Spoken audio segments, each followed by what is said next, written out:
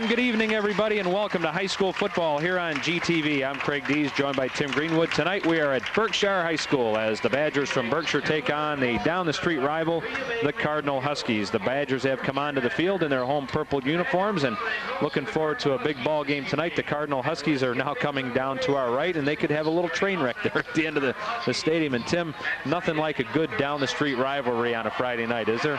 Well, their records are kind of contrast, but since they're so close, this could be like a playoff game. The atmosphere, you can hear it. You really can. The stands on the far side are packed with Husky fans, and there is no place to put any more Badger fans below us. The Badgers are set to come busting through their little Beat the Huskies sign. Always one of the highlights of the evening. But we are looking forward to a good ball game, and as you said, it is a contrasting records here tonight. The Badgers come in at 1-6 under second-year coach Mike Stiles, and the Huskies come in at 7-0 under third-year coach Eric Cardinal. And the Badgers coming off a tough 7-0 loss to Newberry last week, and the Huskies didn't have much trouble with Danny Kakura's Kirtland Hornets last week, 21-6, and not a whole lot of points at stake when it comes to computer points for the Huskies, but it's the bragging rights for the year when you start talking about these rivalries. And then you start talking about homecoming too. That could raise the level of play for Berkshire. You know, this, like we said, this could be a playoff game for them. They've got something to prove against their next town over rivals, and we'll see if their level of play jumps up a little bit tonight. Talked to Mike Stiles this morning for a little while from Berkshire, and he said that they always practice well. It's been a good practice week for them. He said they are ready to play ball, and they would love to shock the world tonight by knocking off the undefeated Huskies. And you never know.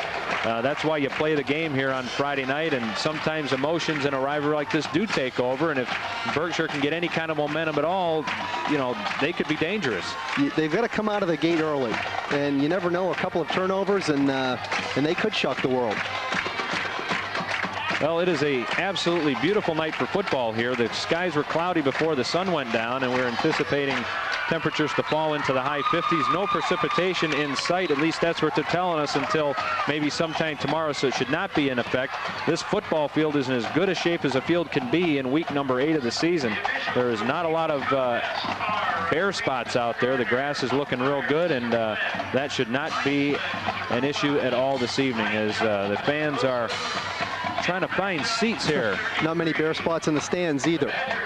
No, there is. This is one of the neater ballparks around. Before we do get going, though, I should say, next time you come to a Badger game, make sure you stop at the booster. The music boosters have their concession stand down there, and have some chili. It's good.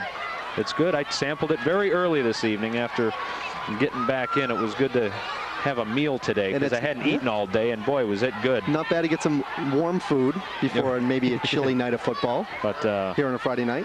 So we will see what happens here tonight. It is always interesting when you have teams that are going in kind of different directions. I mean, the one thing you can say for Cardinal is they are a senior-laden ball club, and they have the experience.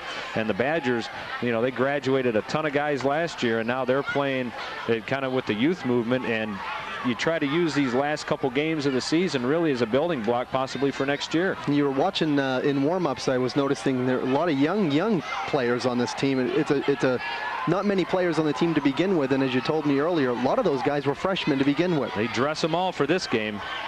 Berkshire will take the opening kickoff, and going back deep for them, Adam Miller, number 17, TJ Wells, number 84, and Chris Fisher, number 6, will all stand back at their 5-yard line, and set to kick off is Titus File for the Cardinal Huskies.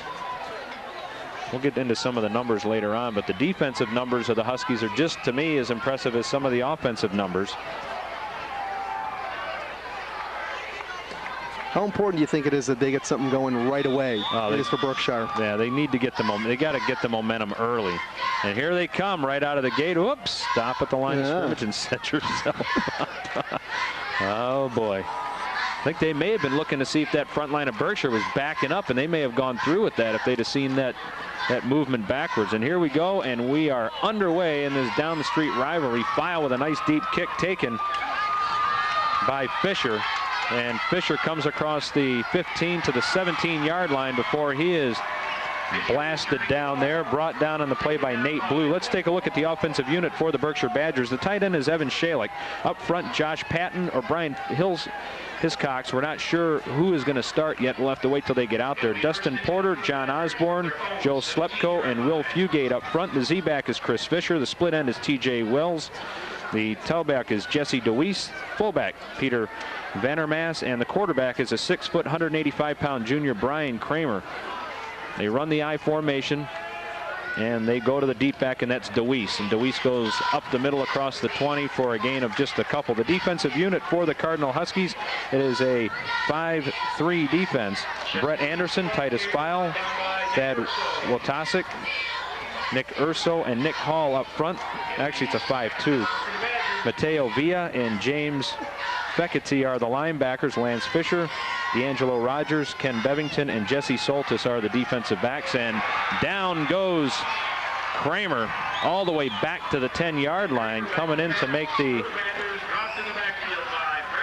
play was Brett Anderson, and that'll move them. They'll actually give them forward progress to the 13-yard line, and that's not the kind of momentum, Tim, that they needed to start this ball game. They certainly didn't. It looked like they were coming out with a no huddle. Looks like they had 2 or 3 plays already lined up for the start of the game. I don't think they wanted a sack on the second play. It's going to put them in a hole. 3rd down and 16, just underway here to start the ball game. Chase Berman checks in for Berkshire. They will run TJ Wells to the near side, and they'll stick Berman to the far side. Jesse DeWeese is that deep man in that I formation. And Kramer going to throw. Tried a little swing pass to Evan Shalick, the tight end. That will fall incomplete, and that'll bring up a 4th down and a punting situation for the Badgers, and they'll be punting pretty deep in their own territory. And I don't think that's really what they wanted to do, was give Cardinal such good field position to start the game. D'Angelo Rogers will head back deep for the Huskies along with Brian Borkowski. Now Rogers has a 93-yard punt return for a touchdown on the season. He will stand at his own 50-yard line. And in to do the punting is Jason Ronyak for Berkshire. If you're a Berkshire fan and you're wondering what happened to Kevin Sneed, it was the tug of war contest they had yesterday, and he hurt his knee. So he is no longer available for tonight. So Ronyak comes in, and his first punt attempt is right from the goal line. So wobbly kick taken by Rogers on the run at the 39 to the 30, 25, 20, breaks a tackle, 15, and down he goes. And Cardinal with great field position. They'll take over 1st down and 10. The offensive unit for the Huskies. Tight end is Nick Hall, Nick Mahalik, Mateo Villa, Nick Urso, Titus File, and Thad Wotasic up front. Lance Fisher and Brett Anderson are the wideouts. Jesse Soltis, the tailback. James Fekete is the fullback, and Nick Adams is the quarterback, a 6 foot, 185-pound senior who has 15 touchdown passes on the season. Heck of a quarterback. They run the back split. Soltis wears number 2. Fekete is 34. And they hand it to Soltis. Puts his head down, gets stuck at the line of scrimmage. Making the play for the Badgers is Jesse DeWeese. Not much doing there. The defensive unit for the Badgers, Corey Plymel, Joe Slepko, Evan Shalick, and Brian Hiscox up front. The linebackers, Peter Vandermaas and Bruce Miller, as well as Dan Whiting. We'll give you the defensive backs in just a second. 2nd down and 9. And it's Adams to throw, and he looks, and the ball is tipped at the line of scrimmage and knocked down. The defensive back, TJ Wells, Jesse DeWeese, and Chase Berman. So a good start so far for the defense. Now it's a 3rd down and long. I think we're going to be calling name DeWeese quite a bit tonight. He's one of their better athletes for Berkshire. He leads the team in sacks with 4. Not bad for a defensive back. Big play already early in the game. They run Soltis now as a wide out to the far side. And Adams to throw. Pump fakes. Now he's looking in the corner of the end zone. Has a man. Touchdown. Lance Fisher with his 3rd touchdown of the season. Puts the Huskies up on top early here in the 1st quarter.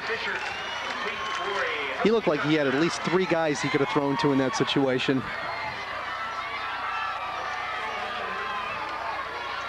14-yard touchdown pass. And that is the 16th TD on the season for Nick Adams. That's not a bad season. In to attempt the point after is Mateo Villa. Villa is also a weapon as a field goal kicker. He's kicked a couple this year. And the kick is blocked. So the Badgers rise up, hold the lead here at 6-0.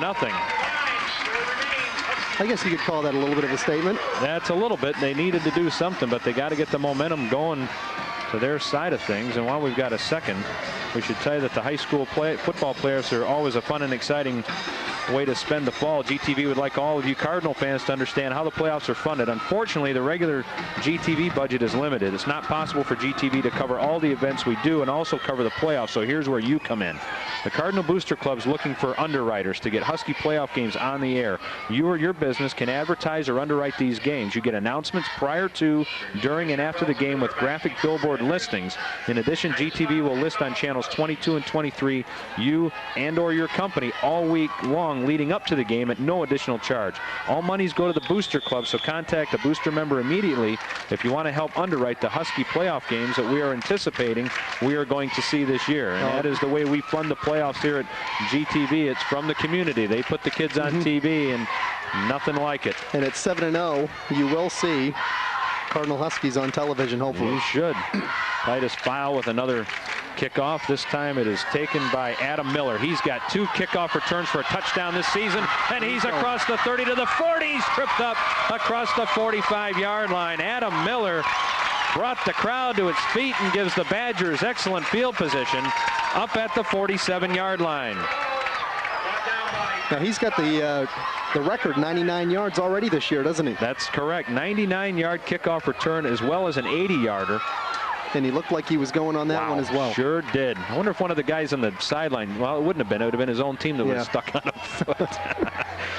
Peter Vandermaas is the out back in the I formation. DeWeese is the deep back. Great position. First down and 14, and it's DeWeese. Right side up the middle. Into Husky territory to the 40 and down to the 39, maybe even the 38-yard line before Jesse Soltis brings him down. Signs of life from the offense. And they're right back to the line of scrimmage and ready to call play number 2.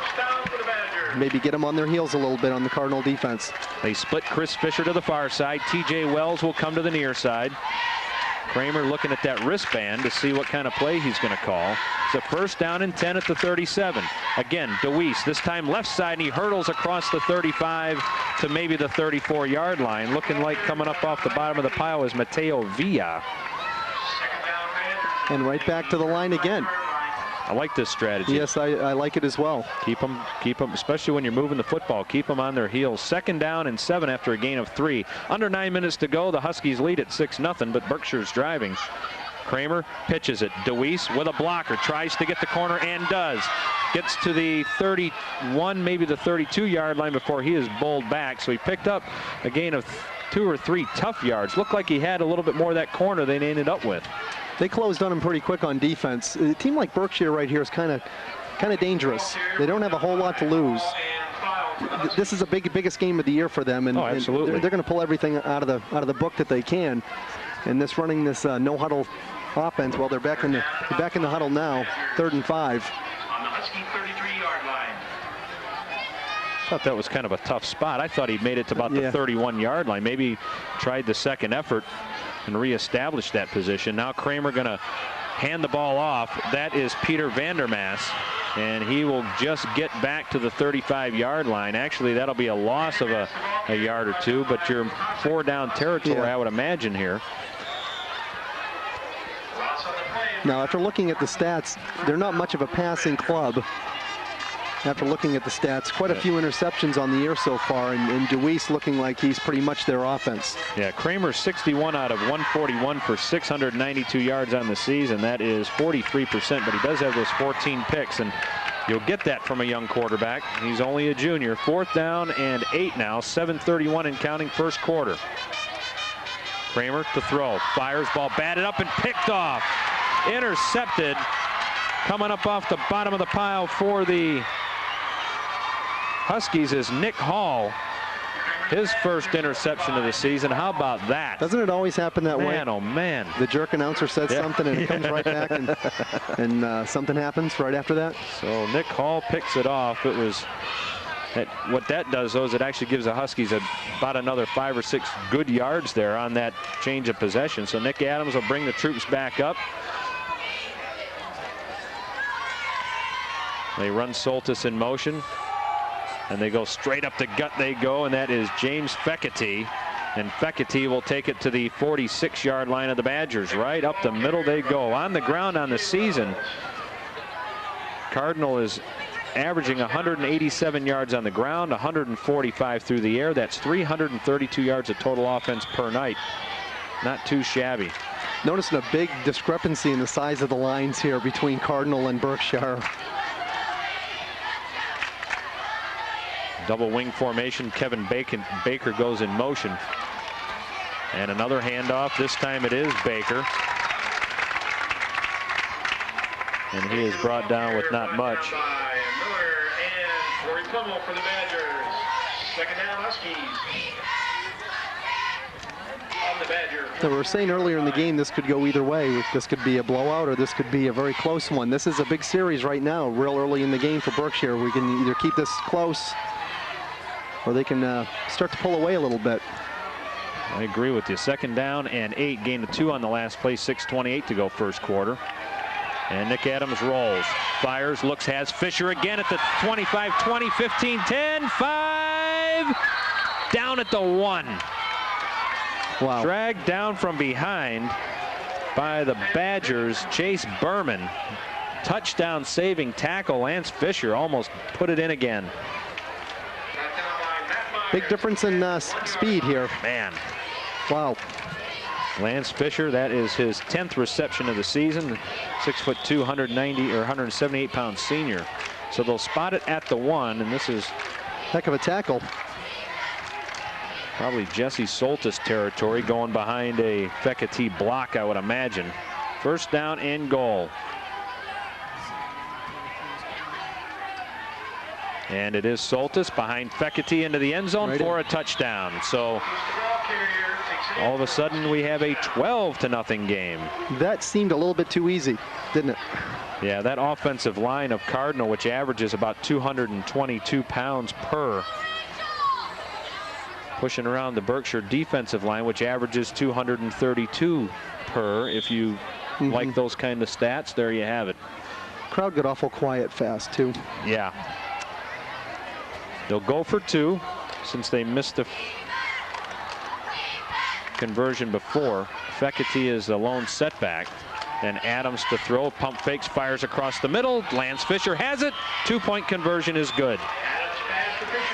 So with 5:54 to go here in the first quarter, Cardinal continues to roll. They lead it by a score of 14-0.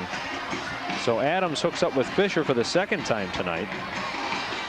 So this is not what the Badgers needed. No. And then really, even if they don't score this time, Tim, they need to at least get a drive. Absolutely. Keep the ball away from the offense of Cardinal, because their offense isn't having any problems so far. Adams had a real quick release. Kid's very, very quick with the ball. Very surprised how quickly they're moving the ball down the field and taking advantage of this this defense. Really thought that the Berkshire defense was sticking to him early. Berkshire defense gives up an average of 27 points a ball game, and Cardinal scores an average of 33 points a ball game. That's not a very good mixture. No, it's not. I'll tell you a little bit about that Cardinal defense here when they come back out on the field. Some of the numbers there for you stat people out there that enjoy that sort of thing. That I work and I work and I work all week to put these numbers together. And we appreciate it. I know you do. That's why I do it week after week after week.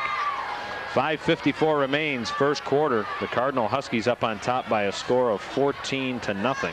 So what else do you do in a hotel room by yourself in the middle of the Midwest? You watch The Sopranos, yes. Or you find something to do. Chris Fisher is going to take it at the 10. Comes across the 20, outside of the 25, and leans forward to the 27-yard line. And that is where Brian Kramer will bring out the Badger offense. And had some good runs there by Jesse DeWeese on that last drive, and then they kind of went away from that a little bit. Well, it looked like when they're running straight at the line, when they're trying to cut off tackle, they're doing fine. The sweeps, the defense for the Cardinal, we're calling them the Cardinal instead of Cardinals. Huskies. You're not in Massachusetts anymore, boy. I know. You're in Geauga County. Yeah, I know. I'm in Ohio now. DJ Wells to the far side. I formation behind Kramer. And they hand the ball to DeWeese. No, check that. That's Adam Miller who's in the backfield now, and that was a loss of a yard or so. Offensively for the Badgers, 102 yards a night on the ground, 99.5 through the air. That's 201 or so total offense. For the Cardinal defense, 117 yards on the ground only, 87.5 through the air, 204, almost 205 yards of total offense they give up, so, or total defense, I should say. So, I mean, the offense gets a lot of the, when you win ball games, oh, you got a great offense, but this Husky defense has been very good. Vandermaas takes the handoff, and speaking of a good defense, he got hit behind the line of scrimmage. Thad Watasik, I think, was in there making the play. Along with 3 of his friends. Yes. Vandermaas the ball carrier, brought down by Watasik. Wow. And file for the Huskies. So loss of another 2 or 3 yards. Fisher will check back in, and Wells will check back in as well. I think the smart thing that the Badgers are doing is at least going back into the huddle, trying to slow the pace down a little bit. You know, let's not go to that no huddle and give the ball back so quick back to that offense that's on fire for the Huskies. Adam Miller, who's in at tailback, 205 yards coming into today, has Kramer to throw. Now he's being chased, hit as he throws, and right through the hands of Evan Shalik. Tough grab if he'd have been able to bring it down. And he would have been well short of the first down anyway. So a punting situation for Jason Ronyak.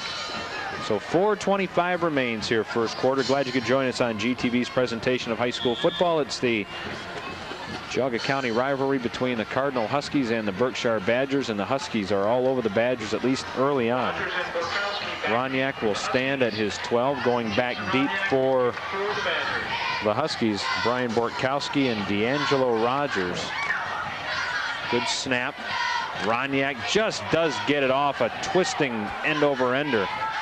And that will take a bounce and be down by the Badgers. Chris Fisher at the 46, maybe the 47-yard line. Great field position now for the Cardinal Huskies. Much better result than the last punt that was picked up on the line and run back about 45 yards back down to about the 15-yard line. Coming up at halftime, we will show you some highlights of the homecoming parade that took place just a little while ago. We'll also have the marching bands coming up. So a big halftime spectacular coming up at halftime of this ball game. So stick with us. 3 wideouts now to the far side. Soltis is check that. They've got Ken Bevington into the ball game as the deep back. He will bring the ball up to the 49-yard line. So a gain of a tough 2 yards there. It almost looks as if Cardinal is just plowing the run, make them honest, throw the football, and we'll see if they do that again on this play.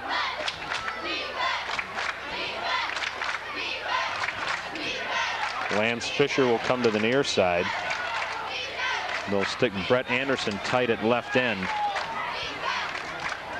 Bevington again is in the backfield. All kinds of wideouts on this formation. That's Baker in motion as Bevington up across the middle to the 40. Almost breaks a tackle and lunges forward to the 37-yard line of the Badgers. He was about 1 tackle away from going.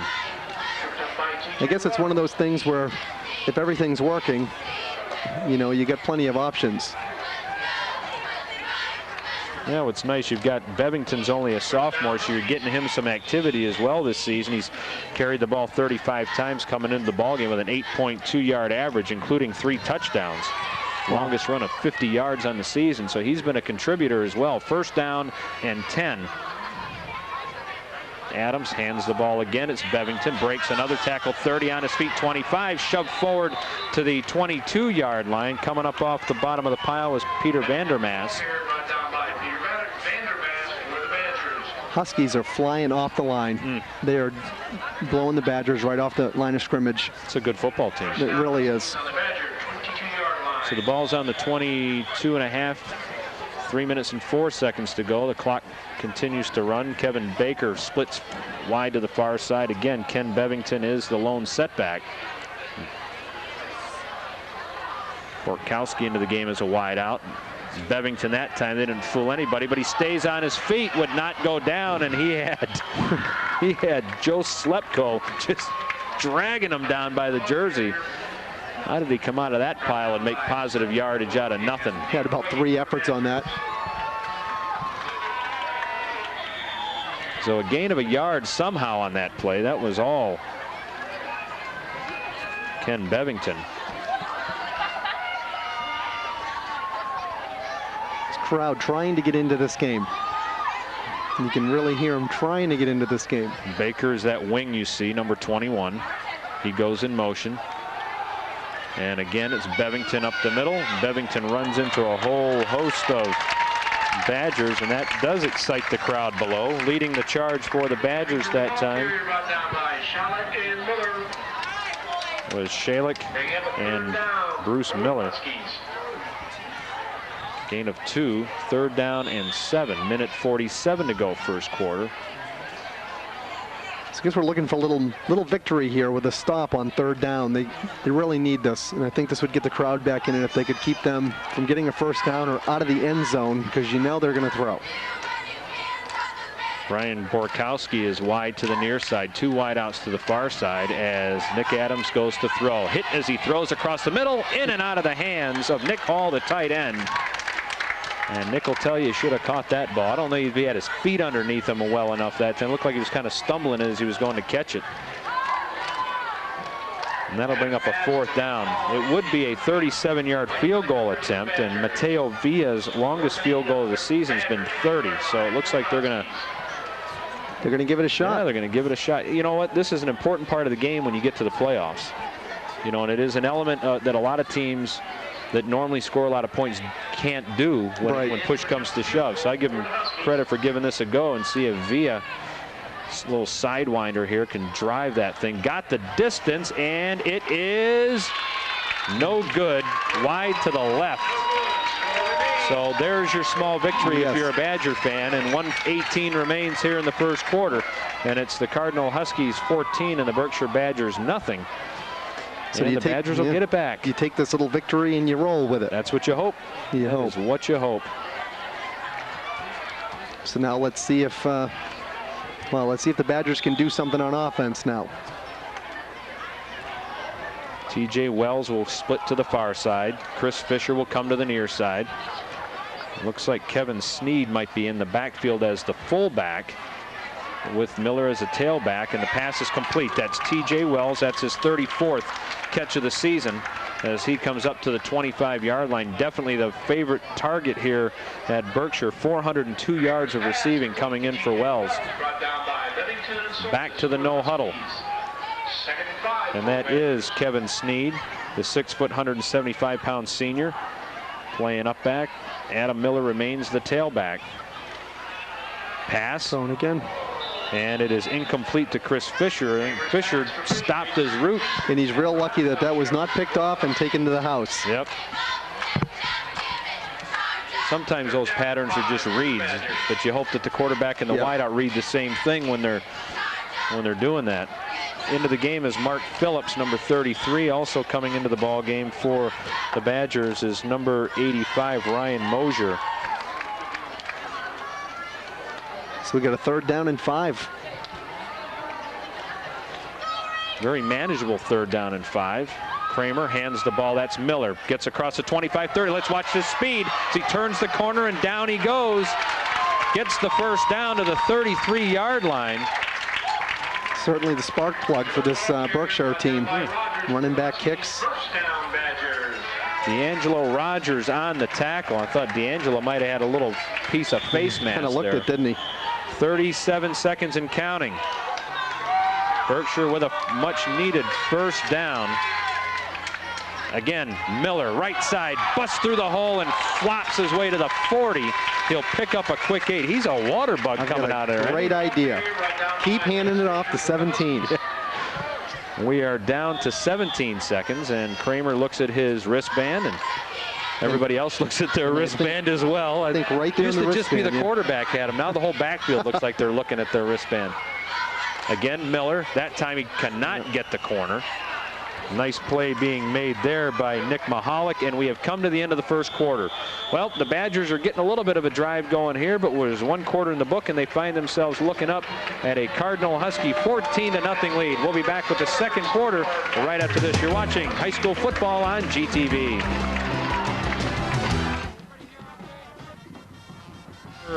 Just about ready to start here. It is a 3rd down and looks to be a 4 yards needed for the Badgers, and they really need this first down again just to get some of the momentum back. This game is not out of reach yet. It's only 14-0. If you can sustain a drive here and get 7 on the board, you know, this game is still within reach.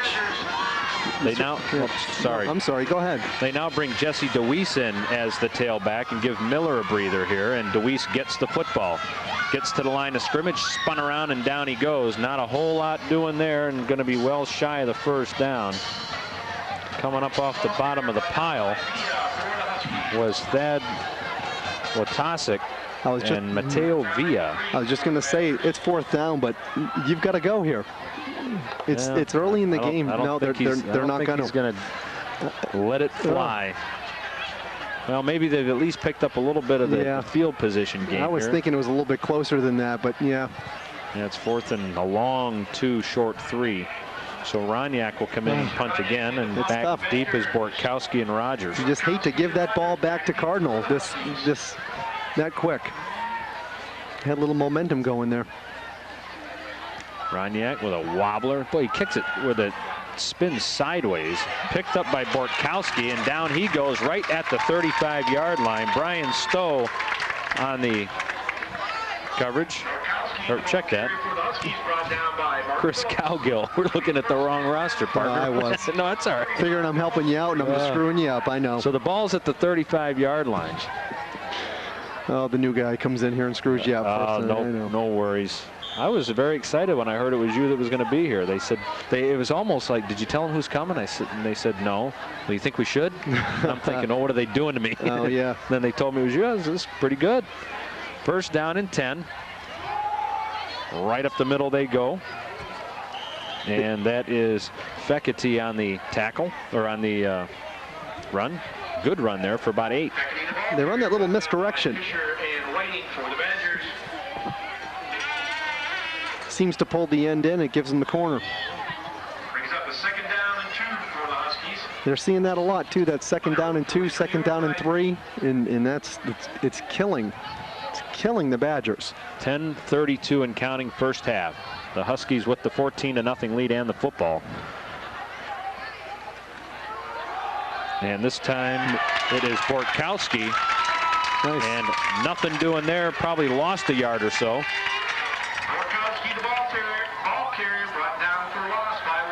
Hate to keep saying these third downs are big, but anytime these guys are coming up with the 2nd and 3s, 2nd and 2s, and now we're at 3rd and 3. Well, this is what they, you know, one of the keys that Mike Stout talked about today is make Cardinal drive the football. They've got so much big play capability. Right. You want them to be able to drive the football because a 10-play drive, things can happen. They run a counter. And there it is. That time is Jesse Soltis, and nothing doing there. Leading the charge for the Badgers, Bruce Miller, among others. Sensing a little momentum shift if the Berkshire offense could get something going, because the defense is getting the ball back. Lance Fisher in to punt for the first time tonight. He's a 34-yard average, his longest on the season being 49 yards. And going back deep, T.J. Wells, Fisher's back there, and so is Miller. So you got 3 guys that can go get it, standing inside their own 30. And Fisher double clutches that. Nice high kick. Wow, did he blast that thing. Bounces at the 19, and out of bounds it goes. What a nice punt. It's because he got that extra little jump step. 40-yarder. Nice one. 40-yard, but a nice high spiral. So that'll give Berkshire the ball inside their own 20. I've got a great idea. Miller run left, Miller run right, Miller sweep, Miller, Miller, Miller. Or DeWeese.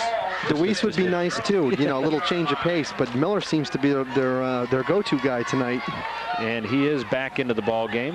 don't want to take anything away from DeWeese because, you know, he's a great runner in his own right, but Miller seems to be real quick to the line of scrimmage tonight. They're going to send Miller out in a slot on the far side, and now they'll run him on a reverse, and he will get across the 20 to the 22. So they want to get him a little bit of steam going before they gave him the football. And he got steamed when he got to the line of scrimmage too, didn't he? But a nice gain, you know. Yep. Picked up about 4 on the play. 8 minutes and 41 seconds to go here in the first half. Glad you could join us on GTV's presentation of high school football. It's the Berkshire Cardinal rivalry that we seem to bring you each and every year. I've been back here in a few years, and it's been kind of nice to come back. I love this little ballpark, and I do mean little. There is not a whole lot of room behind either one of these end zones. Who needs room? Yeah. Miller now is the deep back in the I formation, gets the ball, tried to squirt through the hole and could not do it. Fekete was there. The hole closed up quickly, and Jesse Soltis also helping out on the tackle. And I just noticed this end zone after you said that. There really is no room. I mean, you run through the end zone and you're out in the street. Yeah. There you see the Badgers. You can see right behind them that the little track way in the back corner there. I mean, that's the end of the end zone, and you see that little hill there. There's a fence there. And then when we get to the other end, you'll see the same thing. I mean, people are literally walking on the back of the end zone to get around the other side of the field. That's the good thing, because I'm so fast. If I was playing here, I'd need that to stop. Oh, there's a crossing pattern. T.J. Wells couldn't pull it in. Ball's a little bit thrown too high by Kramer. And that'll bring up a 4th down and a punting situation. The clock is stopped. 7:39 to go, first half. By the way, I was kidding about the too fast, you know. It's one thing I've never been called as fast, except to the fridge. So Roniak will punt it again. 4th punt of the night. Rogers and Bortkowski stand at midfield, so that field position switched a little bit. Another good snap. And there's that short punt. Wobbly kick. Got to look out, and it's taken in a fair catch by Brian Bortkowski. Out to the, what, 44-yard line? Yep. Great field position. Plenty of time left here, obviously. 7:33 to go. Both teams with their full allotment of timeouts. I love the little tailgater guys behind the fence down there to either side of the scoreboard. Maybe we'll get a chance to show you that later on. But so they got a fire going back there. I mean, I think they just didn't want to pay the $5 to get in. The ball is on the 44-yard line. They will bring a wing to the near side and run him in motion. That's Kevin Baker. And Adams to throw. Pass is complete to the tight end, Nick Hall. Hall with 1 touchdown on the season, a 20-yard reception. That ball was actually deflected at the line of scrimmage. I don't think that's who he was throwing to. He just happened to get lucky and have somebody there. Sometimes better be lucky than good. And we'll take it. So a gain of about 4 on the play. 2nd down and 6. Lance Fisher comes to the near side. Soltis will go as a wing on the far side. Baker a wing on this side. Fekete is the lone setback. And Adams to throw across the middle. That ball is popped up in the air and almost intercepted. Making the play was Bruce Miller. He's got an interception on the season already, and he almost had number 2 as he got a hand on that one. I think I'm kind of seeing what they're doing here. They're saying, last 2 times we've been on offense, we've run the ball and got stopped. It's time to start throwing the ball again. Yep, and they're getting stopped, at least for now. But boy, oh boy, you keep giving Cardinal the football in positions like this, and this potent offense of theirs, you can only stop them so long. 3rd down and 6. 3 wideouts now. Adams to throw again. Hit as he throws, and it's knocked down and almost picked off again. That time it was Peter Vandermaas. And he had nothing but real estate in front of him, too.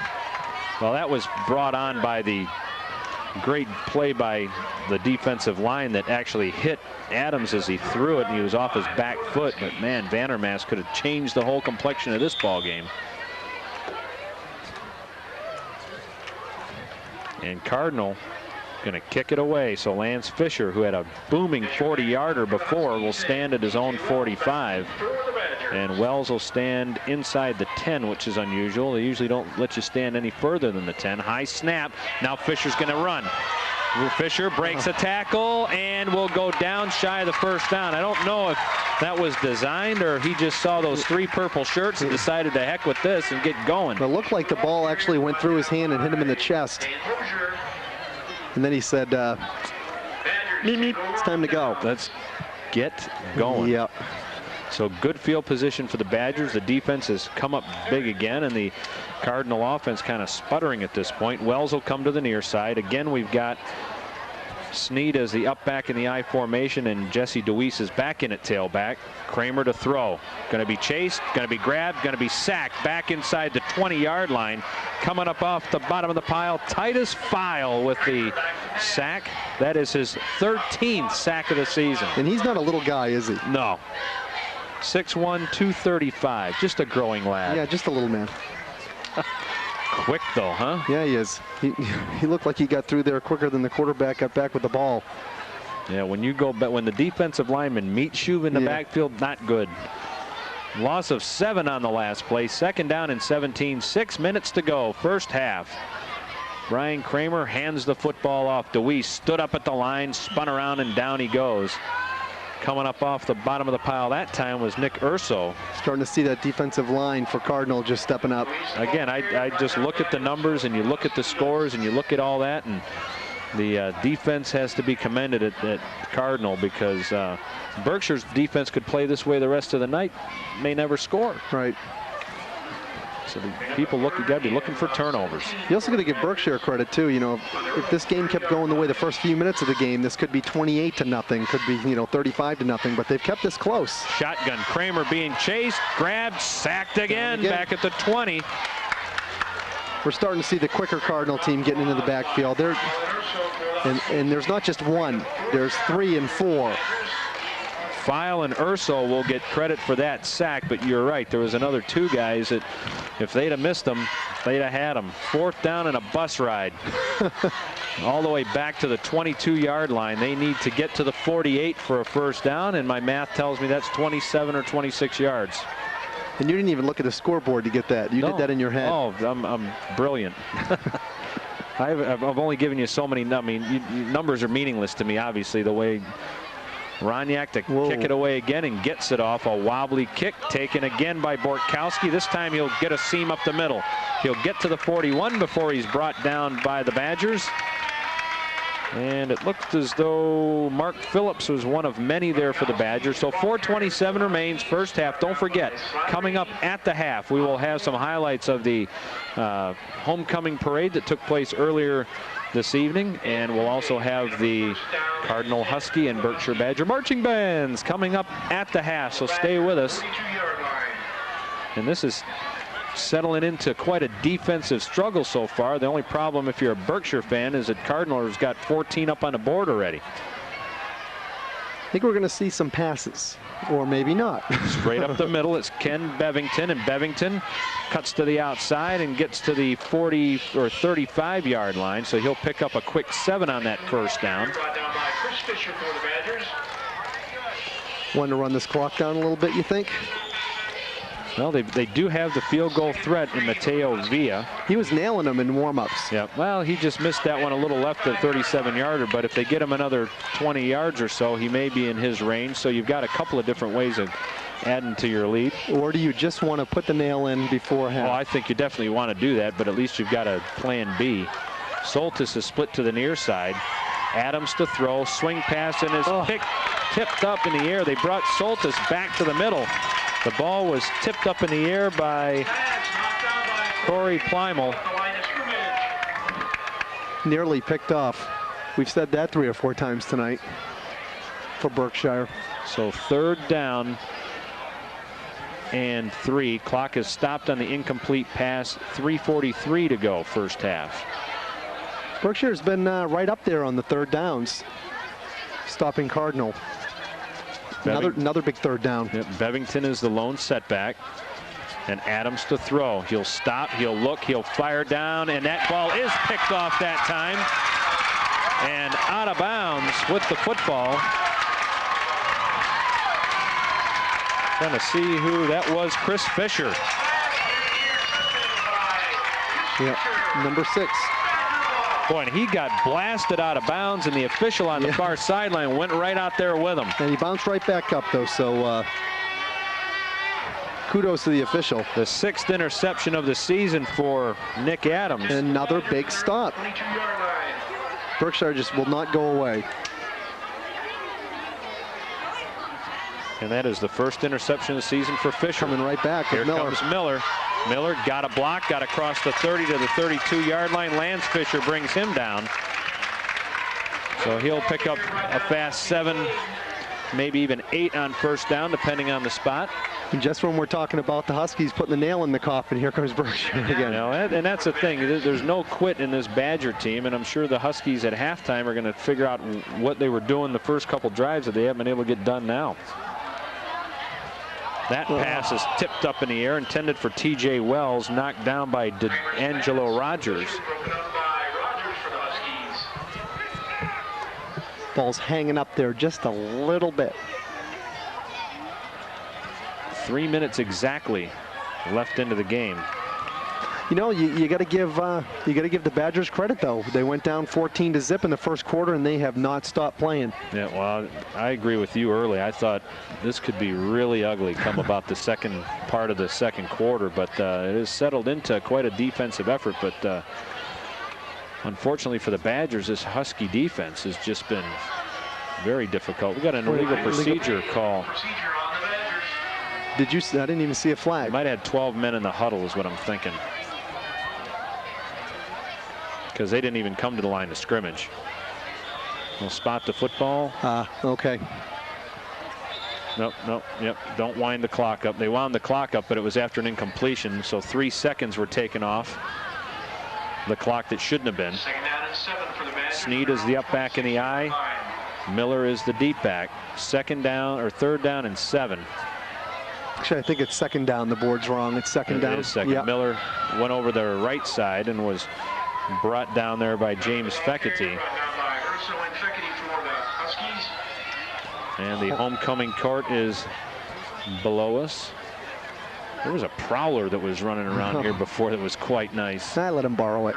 Did you? Yeah. It's such a, you know, you've only been in the community for a few months and you just keep giving and giving. I know. It's wonderful. You're just such a philanthropist. They gave it to me off the lot and I gave it back. You got it for the test drive? Is that what it was? Yeah. I didn't tell him when I was going to bring it back. I just said I wanted to take it for a test drive. Where do you get all these cinders all over? 3rd down and 7. They come to the near side. Pass was intended for Chase Berman. That will be incomplete.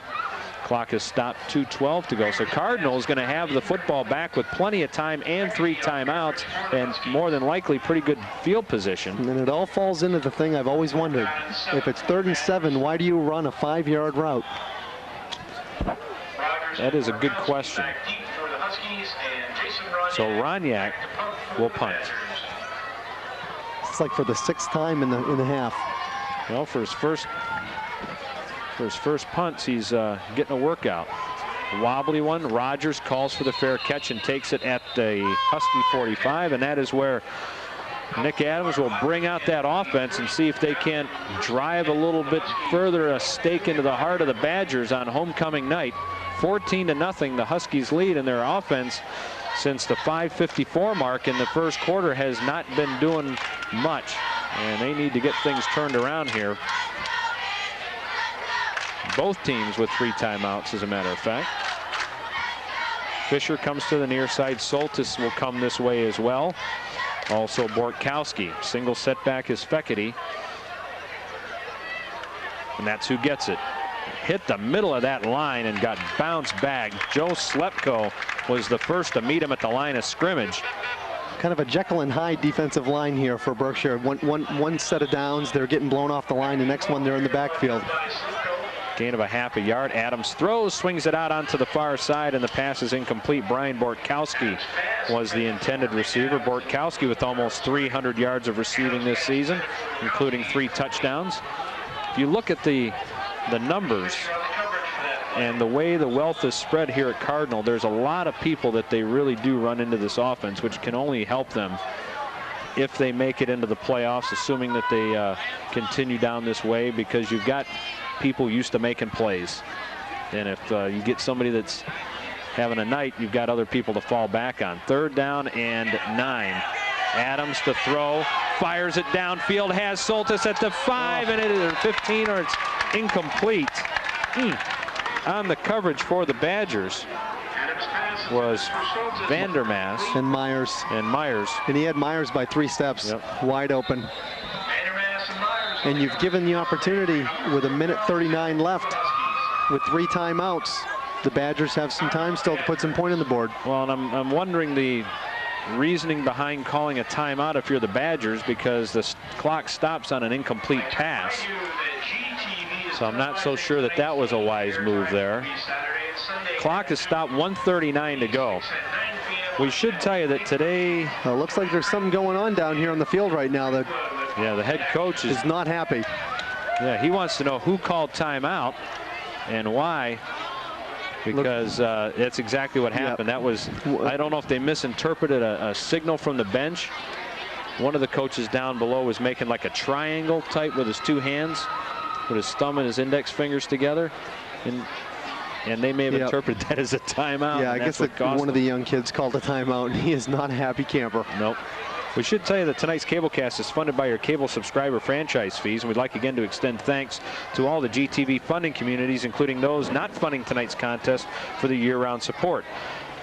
Burton Township, Burton Village, Chardon Township, Chardon Village, Hamden Township, Middlefield Village, and Munson Township. We're thrilled to be able to continue to bring you local public service programming with special emphasis on those communities. Thanks again for supporting GTV, and thanks to our viewers for your support. The response has been terrific. Terrific. Fisher punts it. That time it's a low kick headed to the far sideline. Takes a nice Husky bounce. Speaking of terrific, a terrific down to the punt. 15-yard line. That was a good punt. 1:29 to go. First half, the Badgers with 2 timeouts now and 1:29 and a lot of green in front of them.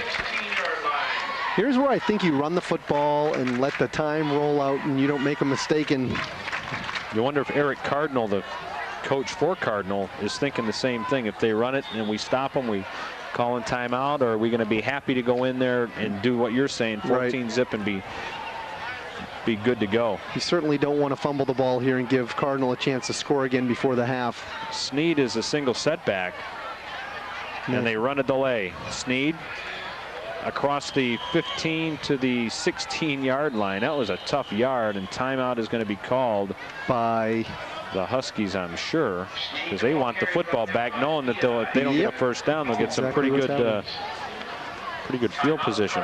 And with their quarterback being able to throw it 40-50 yards. Boy, he could chuck it. Yeah, he can.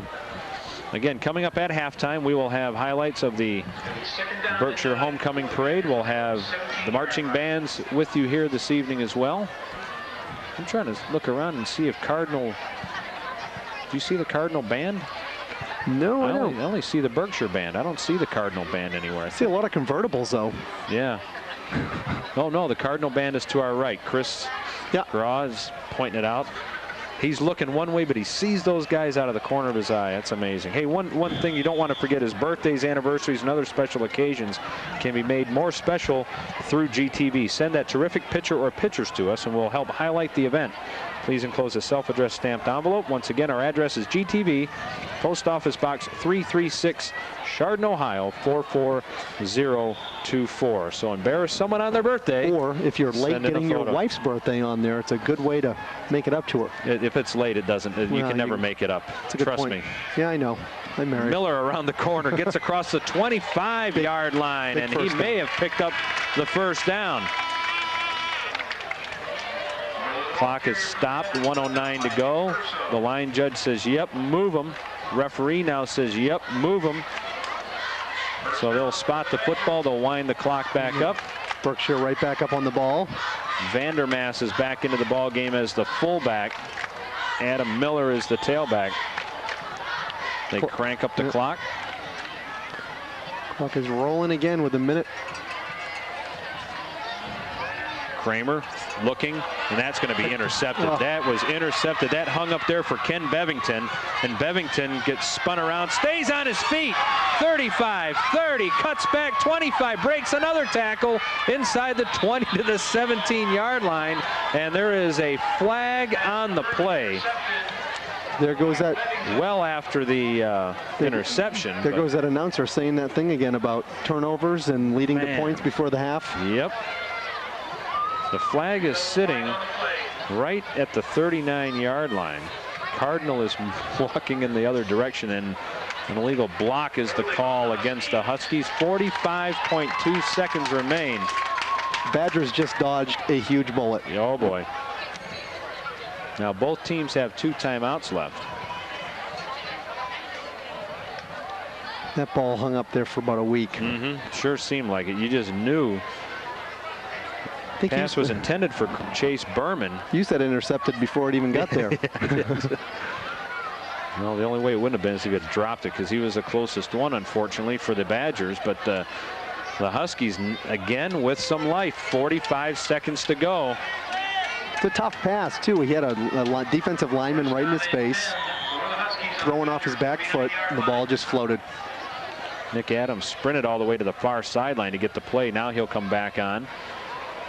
Ball is at the 49 of the Badgers. See if this defense can bend again, and for the Huskies, see if they can't get some semblance of offense back in on the line after a terrific start.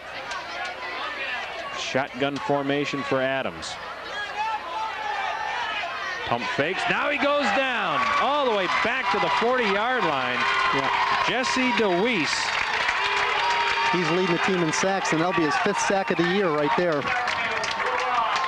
Kind of odd that a defensive back would lead your team in sacks, but no, he was through the line pretty quick. Boy, and how. And I think this is where you just let that clock run down and you say, okay, thanks for the 14-point lead, and we'll take it into the locker room. I would agree with that, as the clock is winding down to 15 to 14 to 13. And Adams brings the troops up to the line of scrimmage, but I don't think they have to run another play. I don't see where they spotted the football. It's down to 2. He's looking. Now they're going to run a play. Up the middle, that is Fekete. And Fekete gets to midfield, and the clock has come to 0-0. So we've got 1 half of football in the books. It started out as a rip-roaring offensive show for the Cardinal Huskies, and it has come to a screeching halt on both sides. 1 half in the books. 14-0 is our score at halftime. Now we're going to take the clock back a few hours. There is the homecoming parade that goes on here in Burton when they have homecoming here at Berkshire High School. And let's take you now down the street to the parade.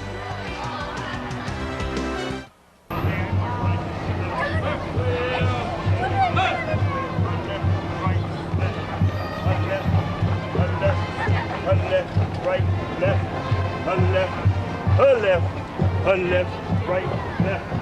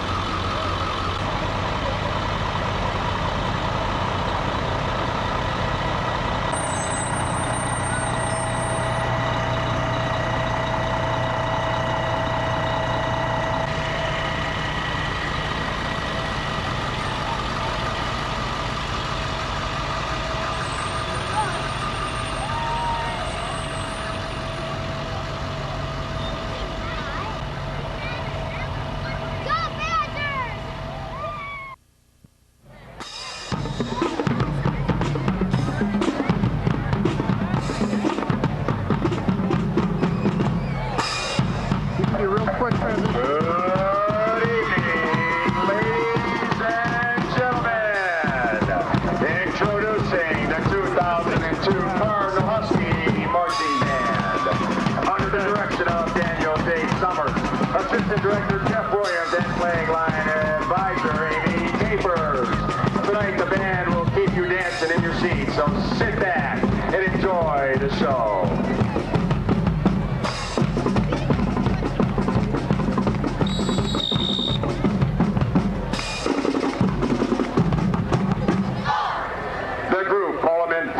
Has been one of the most famous funk bands that still tours today. To open the show, the band pays tribute to them with the excitement of Tear the Roof Off the Sucker.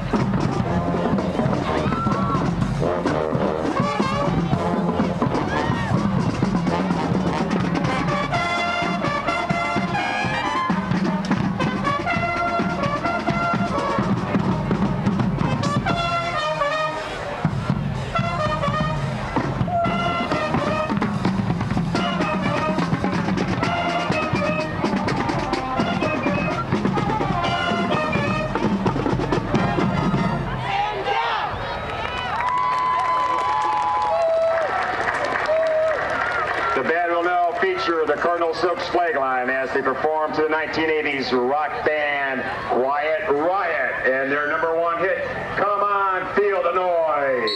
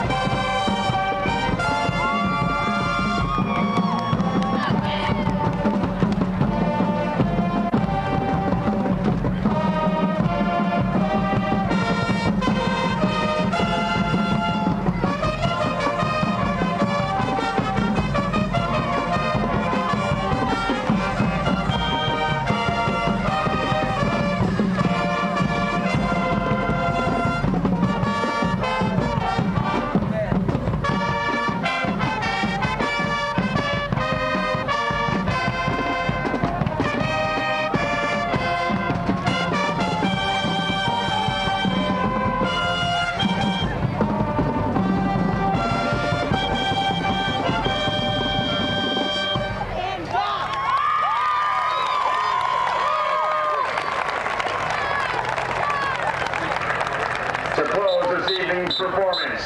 The band will show you their moves and their grooves, so please dance along with them to the AC/DC hit, You Shook Me All Night Long.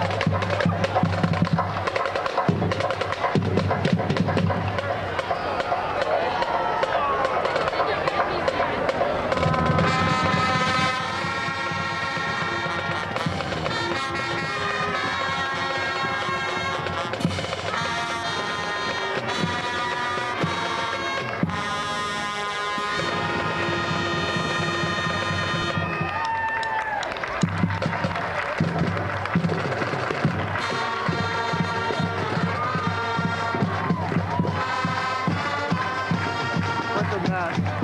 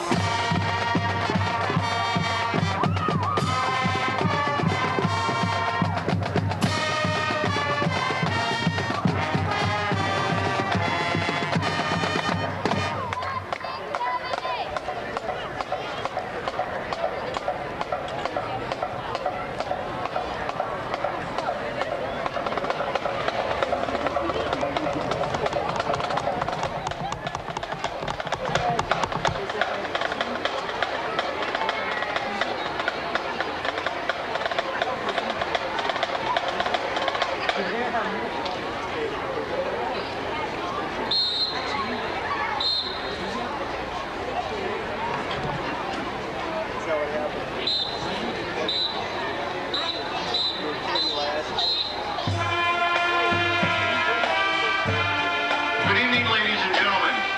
On behalf of the Berkshire High School Leadership Council, we would like to welcome you to our 2002 homecoming ceremony.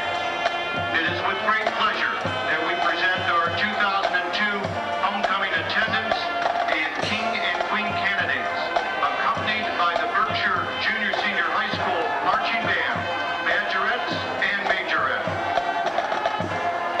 Representing the freshman class, our attendants Devin Vandermaas and BJ Wells.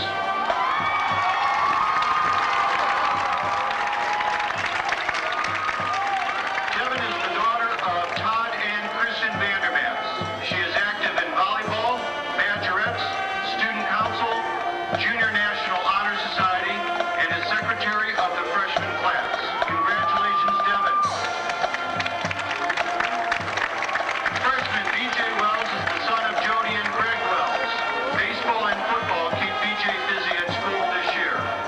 Congratulations, BJ.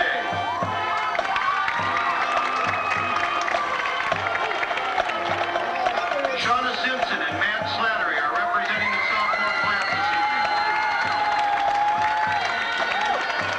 Shauna is the daughter of Pam and Rick Simpson.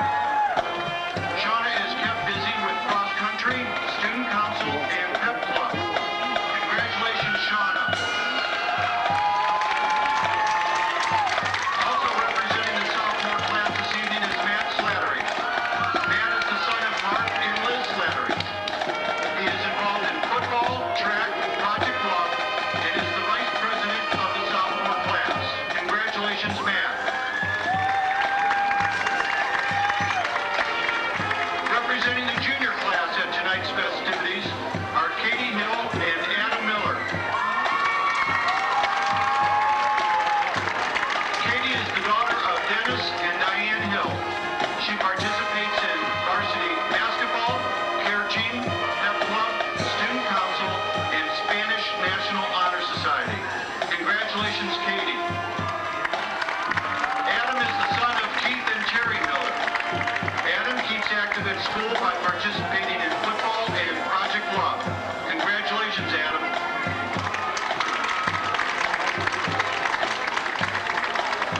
Although our 2002 homecoming king will not be announced until tomorrow night's dance, we would like to take this time to introduce our 5 king candidates. They are being escorted by their parents. Our first king candidate is Sean Keys. Sean is the son of Jerome and Lynn Keys. He is one of the captains of the varsity wrestling team. Sean is a member of the Leadership Council, treasurer of the Spanish National Honor Society, president of the pep club, and senior class vice president.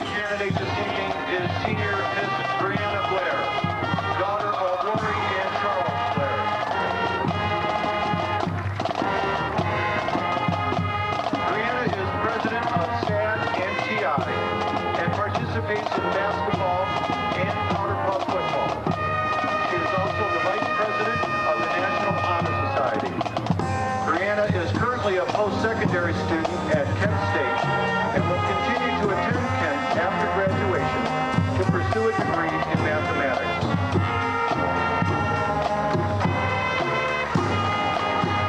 Our second queen candidate is senior Miss Megan Hunkela. Megan is the daughter of Tom and Karen Hunkela. Megan's senior year is filled with many activities. She is currently involved in Pep Club, Care Team, Leadership Council, and Spanish National Honor Society. She is also co-captain of the volleyball team. Megan is president of the senior class and president of the Berkshire chapter of the National Honor Society. Megan plans to attend college, earn a master's degree in physical therapy. Best of luck to you, Megan.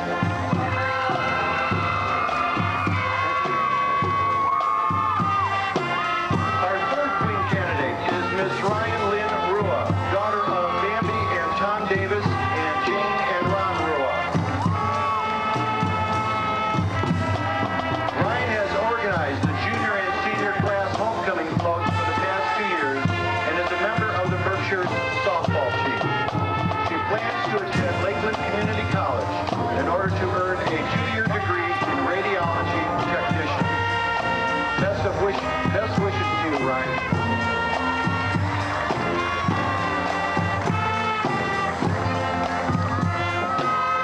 Our fourth queen candidate is Miss Leanna Stevenson.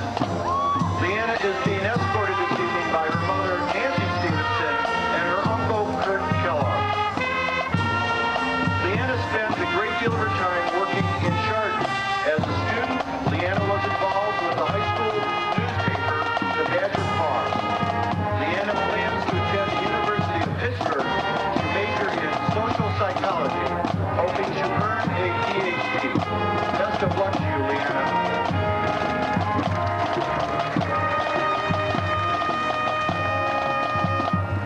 Our final queen candidate this evening is Miss Katie Timmons, daughter of Jim and Penny Timmons.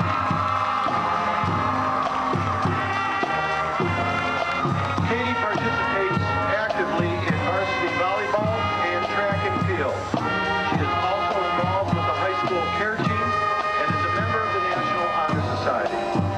This year, Katie holds the office of President of Student Council. Her plans for the future include attending Ohio State University and majoring in animal science. Best wishes to you, Katie.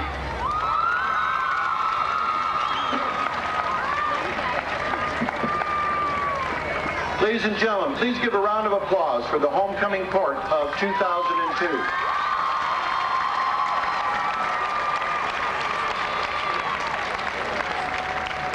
We are extremely pleased that last year's homecoming queen and king could be with us tonight. Please welcome back Miss Ashley Loza and Mr. Matt Gill.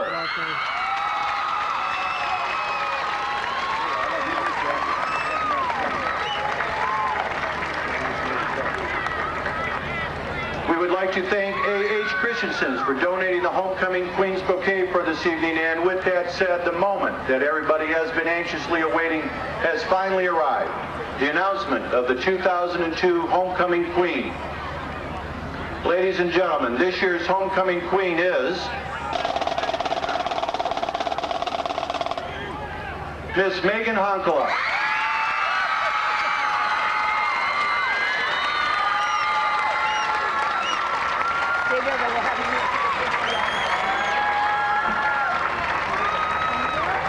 Congratulations, Megan.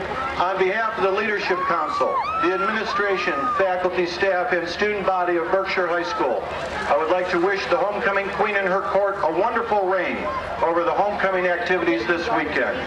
The dance tomorrow night begins at 7 p.m. with pictures starting at 6 p.m. Please remember, tickets are not sold at the door. Enjoy your weekend. Thank you.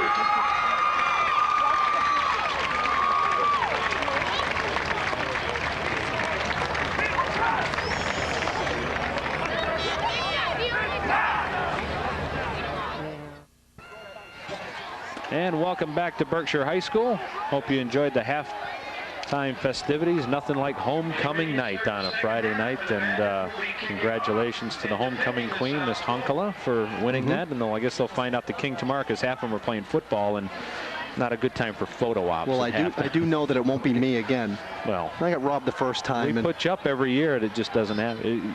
It would help. There's two things in your disadvantage. Number one, you're way too old. Number two, you've never gone to high school here. So I mean, right out of the gate, you're a dark horse. Well, the thing for me was, I tried to get bad grades my senior year so I could try again the next year. It didn't work. See how you are? Yeah. All right. Well, Berkshire's going to kick off. Still a close enough game. 14-zip.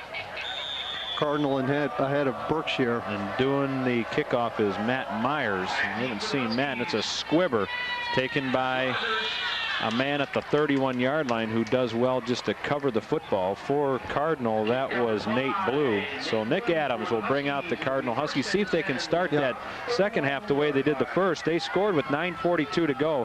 It was a 14-yard pass from Nick Adams to Lance Fisher. The PAT was blocked. It made it 6-zip. And then with 5:54 to go after a nice drive, Jesse Soltis, and actually Lance Fisher almost put it in again as he got taken down at the 1. Soltis went in from the left side, a 1-yard run, 2-point conversion. Again, Adams to Fisher, and that's where we stand. That's been it since in the scoring department. Adams going to throw on first down. Dumps it across the middle, has his tight end Nick Hall with the reception. Pick up a quick 5, and that'll bring up a second down. Defense for Berkshire has really stepped up after those 2 quick scores in the first quarter. It's been nothing but nothing on offense as well. So we'll have to wait and see what happens here. Had a chance to go down, mill around the sidelines at halftime. A lot of excitement down there. A lot of people down there. You got more chili, didn't you? No, I did not. No, I did. Okay. I did run into a good friend of mine that we affectionately call him the Reverend Jim Baker, but he's really not a reverend, but it just seems to fit. But he is newly in a new middle fieldian. Is that what you would call it? I don't know. Middle fielder?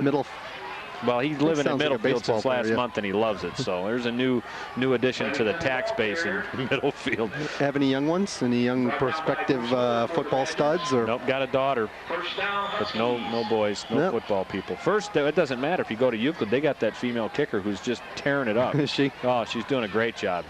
Thought about going out for football last year and decided not to. Went out this year, and she's starting on the team as a kicker, and just she's won some ball games. Good for her. Doing a great job. First down and 10. Adams to throw again. Hit as he throws, but the pass is in and out of the hands, intended for one of the wideouts, and that is, I guess that's Nick Mahalik. He must wear 85 when he's a wideout, and then he puts 58 on. Looks like we're going to see them coming out throwing the ball. They must have gone in at the half and said, well, look, looks like running's not going to do it. We need to get some turf, and we need to get some quick. But they're not going deep. Stephanie Svoboda is the name of the gal that kicks for Euclid. Second down and 10, just in case you're wondering. Adams going to roll, being hit as he throws, lofts it up, and it's incomplete. Fell harmlessly in between about 4 defenders. Pass was intended again for Nick Hall, and that'll bring up a third down. The clock is stopped. 10:45 to go, third quarter. Glad you could join us on GTV's presentation of high school football. I'm Craig Dees, joined by Tim Greenwood. Chris and Jeff Grauer here, our executive producer Dave Jevnikar, and our usual cast of thousands that brings you the games every now and again. How is it my name's the only one you screwed up? I know, it's the easiest one of the Tim Greenwood, affectionately known as Bull. And it's not for any reason. Oh, I'll bet. Third down and 10. The backs are split as Adams to throw. Little crossing pattern in and out of the hands of Jesse Soltis, and that was another one that could very easily have been intercepted. Fourth down. And the Badger defense brings the crowd to their feet below us. And they make a statement right out of the gate. Second half, they make a statement, shut down the Cardinal. So a fourth down and 10. They'll send Fisher back, they'll send Wells back, and they'll send Miller back. And Lance Fisher will come in to kick. He's had a couple of good punts, one for a good distance and one that pinned him inside their 20. High snap, he goes high to get it and brings it down and blasts another good one. Jeez. Miller lets it bounce out of bounds inside the 25 at the 23-yard line, and that is where the Badgers will have the football. First down and 10. 10:32 to go, third quarter. The Badgers trail the Huskies by a score of 14-0. Coming up next week, if you're a Badger fan, they travel to my alma mater, Kirtland. Danny Kukura and the gang at Kirtland putting together a halfway decent season. And the Huskies travel to Grand Valley. Matter of fact, the Huskies finish the season on the road. They've got tonight, next week at Grand Valley, and then a good ball game on October the 26th against Hawken. Now it is Kramer to throw, and the pass is incomplete, intended for Kevin Sneed. Cardinal last season was 7-3, 4-1 in the CVC. Did not make the playoffs of that 7-3 record last year. They're hoping to do better than 7-3 this year, and it looks like they're on their way right now to maybe 8-0. No, this game doesn't mean a whole lot for them as far as computer points. Right. But just, yeah, win is a win. But a win against crosstown rivals. You'll pick up some points, but not a lot. The Badgers' win this year came against Edgewood back in week 2 as a 27-7 deal. So now it has been the air show here to start the second half. Brian Kramer under center. That is Sneed is a single setback. They run an end around, and they bring T.J. Wells, and he doesn't fool anybody as he is brought down by Mateo Villa, one of the linebackers, after a gain of only a couple. Just can't seem to get anything rolling on offense.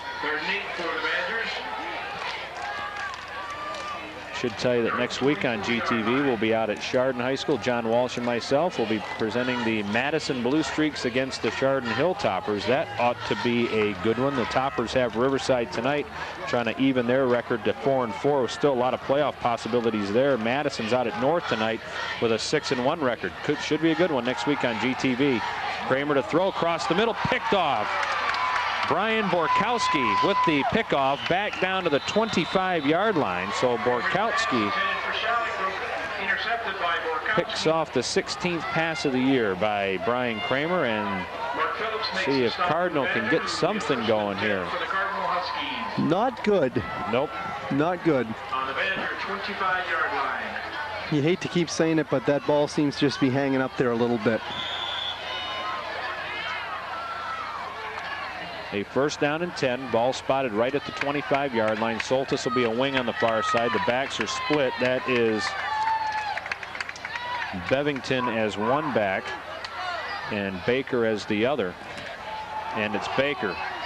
Baker puts his head down for about 2 yards inside the 24 to maybe the 23-yard line. Now, what are your thoughts here on Cardinal? They were impressive in the first few minutes of the game, but since then have not been as dominant as you think they would have been. Yeah, they haven't been able to get themselves in sync, and really, I think part of it is that Nick Adams hasn't had a whole lot of opportunities to set himself and throw like he did on those first couple drives where Fisher was getting open because he had time to throw. He's being hit every time he throws the football. I think that's part of it. And Adams to throw again. Fires it across the middle, intended for Fisher, and that will fall harmlessly incomplete in the end zone. The other Fisher, Chris, was on the coverage. Clock is stopped. 8:56 to go, third quarter. And once again, three or four Badgers in the backfield. Not giving him a whole lot of time to set and throw. He's throwing off his back foot, and a lot of his passes seem to be sailing high. Third down and 8. They'll run Fisher to the far side. Bevington will be the lone setback. Now there's 3 wideouts on that far side. Adams drops back, sets up a screen pass, has the tight end Nick Hall. Hall hit right away, and he will be brought down. T.J. Wells was the first to greet him. He stood him up long enough for the help to arrive in the way of Dan Mosier. And a fourth down and 10. And they're going to have to go. Do you think they're too far out for a field goal? It would be a 42-yard attempt. So, and Nick Adams stays on the field. Yep. That's a little bit too far. Again, they'll run the 3 wideouts to the far side. Actually, Kevin Baker's kind of a wing. Well, I guess he's a little bit further out than the wing. Adams again to throw. He'll roll to the right, being chased. Fires across the middle, in and out of the hands of Fisher. And here come the flags. The defender got there about a heartbeat too soon, and that helped jog the ball out of there. You think he got there a little bit too soon? Well, there was a couple flags that came in. I got to trust their judgment down there. It sure didn't seem like it. And you know what the fans below think. Is this where we go to Chris for the replay? Yeah. I'm not so sure. That looked like, I know we're kind of far away. We're farther away than the refs are. Looked like a good defensive play there. Lance Fisher turned and snapped his head back at the official as soon as the whistle was blown, looking for the flag. So he may have felt a little something on his back. Well, that'll be a 10 or a 15-yard penalty. And a big first down. Huge. 8:04 to go. The ball is spotted now at the 12 or 13-yard line. They can still get a first down before they get into the end zone if they need it. Adams. Little pop pass. That is caught and down near the goal line. Going to stop him at the 1. For the Huskies. I'm pretty sure that's Nick Mahalik. And it's a first down. That is a huge call. Yeah, it's got to be Mahalik. They've got his number is 58 on defense, but he's got to be wearing 85. 6'5", 220. That looks like him. Yeah, he's a big kid. Nice catch. Drag some people down. And you want to make the call on this play? Is this going to be Soltis to the left again? You think? I'm thinking. First down and goal. Ball's at the 1. Long count again. Soltis left side stood up. See, they knew it was coming. Nice tackle. The Badgers have it in them to stick them 3 more times. Evan Shalick. And that will be a loss of a yard. Back to the 2 now, second down. Well, if I know what's coming, and I don't know anything, you know they know what's coming, and that's why they stopped it. But can you stop it 3 more times? Right, Bevington in the backfield. See, before he had Fekete in the backfield blocking for him. Same play. Second and goal. Nope. This time it is Bevington. He goes to the right side, and he is bear hugged and dragged down by Corey Plimmel. Tell you what, you can say what you want about these guys. These guys are playing some tough defense tonight. That time he might have got the yard back, but it's still going to be a third down and goal from the 1. I still like this, though. I like pinning your ears back and just going toe-to-toe. Giving up a little bit of size on the line, but not much. Bevington and Soltis now in the backfield. Brett Anderson goes tight at left end. Adams looking, nobody open, falls down, throws, batted up, and almost picked off again. Nick Adams was falling down and may have been better off eating it and came out looking okay, though. That right there is a moral victory for the Badgers. That was huge. 4th and goal from the 1. What do? Do you go or do you kick the 3? They do have a good field goal kicker. I mean, they haven't been able to put anything up on the board, and I like the way the defense is playing, so why wouldn't you just timeout? Think about it like they're going to. Yeah. I don't know, you could go either way. I mean, it depends. He knows the personnel better than we do. We should tell you that high school football players are always fun and exciting. GTV would like all of you Cardinal fans to understand how the playoffs are funded. Unfortunately, the regular GTV budget is limited. It's not possible for GTV to cover all the events we do and also cover the playoffs. There's rights fees involved just to get into the ballparks. There's a lot more to it than just showing up. So here's where you come in. The Booster Club is looking for underwriters to get Husky playoff games on the air. You or your business can advertise or underwrite these games. You get announcements prior to, during, and after the game with graphic billboard listings as well. In addition, GTV will list on channels 22 and 23 you or your company all week long leading up to the game at no additional charge. So support the kids, get them on TV. All the money should go to the Booster Club, so contact a Booster member immediately if you want to help underwrite the Husky playoff games. But yeah, because it is a playoff, we show up here, we don't have to pay the athletic department to walk into the ballpark. If it's a playoff game, there's a guy waiting at the door with his hand out because you've got to write him a check. And then obviously there's production costs because of where they play the games and all. But absolutely, we've been doing it for years with Chardon. The boosters out there have been very supportive, and we're hoping that we see the same come along from the Huskies. Right now, though, they want a touchdown. 4th and goal, and they're going for it. Play action pass here. Soltis, right side, stood up, touchdown, falls forward and into the end zone. You got to give the Badgers a lot of credit here for playing as tough as they did. Kind of questionable call down near the goal line. Gives them a 1st down and goal. Actually, 1st down on the 12. They get the pass play down to the 1. And then 3 straight plays. They try to get it in the end zone, and the Badgers, well, basically stand them up. Jesse Soltis was not going to be denied there. I've actually seen a play where they've kept the line over there and they've just kicked it, just to give the kicker a better view. Mateo Villa into attempt the PAT. Snap is down. The hold is blocked again. Second block, extra point of the night for the Badgers. So with 6:11 to go in quarter number 3, it is a 20-0 score. And really the way this defensive play is playing for the Huskies, that may about do it. But we will see. Still a lot of game to play. Yep. Badgers offense has been stymied for the most part. I'm very impressed with this Husky defense so far. Really. And that was a good victory for the Huskies because they hadn't done squat offensively in about 2 quarters, really, because we're halfway through this 3rd quarter. I'm wondering why they got away from the run when the run seemed to be working a little bit in the 1st half. They got them a few 1st downs, and then they started to throw the ball a little bit and had a couple interceptions that have really kind of put them out of this game. You know, they are fairly balanced overall. 1,300 yards rushing going into today and just a little over 1,000 passing. Titus File will come in to punt. We'll see Chris Fisher back there, TJ Wells back there, and your man is back there as well. Adam Miller. He is in the middle, and they're in an I formation. Still don't understand that. I don't know if they're thinking maybe it's just one of these days they're going to kick it.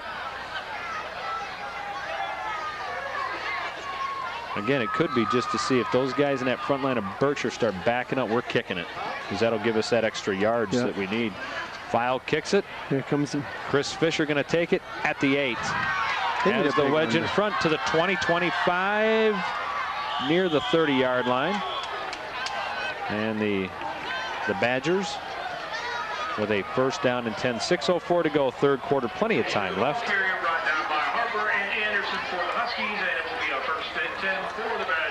Not a blowout, 20-0, but I'm hoping the Badgers can put a little something together here. It is homecoming. Fisher to the near side, Wells to the far side. Up back is Sneed, deep back is Miller, and it's Miller. And he just got through that line of scrimmage, and the foot race is on. He's to the 40, 30, 1 man to beat, 20, and down at the 15-yard line. Ken Bevington with a touchdown saving run. How about that? Boy, he put the afterburners on Bull, and he was gone. Yeah, he was. And he looked like he was stuffed at the line of scrimmage. And we were both about to say, and he's stuffed at the line of scrimmage. I was putting my head down to look at the number of the guy that knocked him down, and I looked up and he was still going. No huddle now as Brian Kramer sets the offense. They spot the sticks at the 16-yard line. See if we can pump one into the saying we like I play for them. Oh. And that time they're not going to let him go. Thad Watasic was there and just manhandled old Adam Miller. I think he said, don't ever do that again. And I just heard someone down there in the stands yell out, don't you do that to my son. Yeah, Mark Phillips and Chase Berman come in. We are literally, I mean, we would be just in the next row of seats in the stands here. This ballpark here at Berkshire High. It's nice and cozy. I like it. Really is. Peter Vandermaas is back into the game.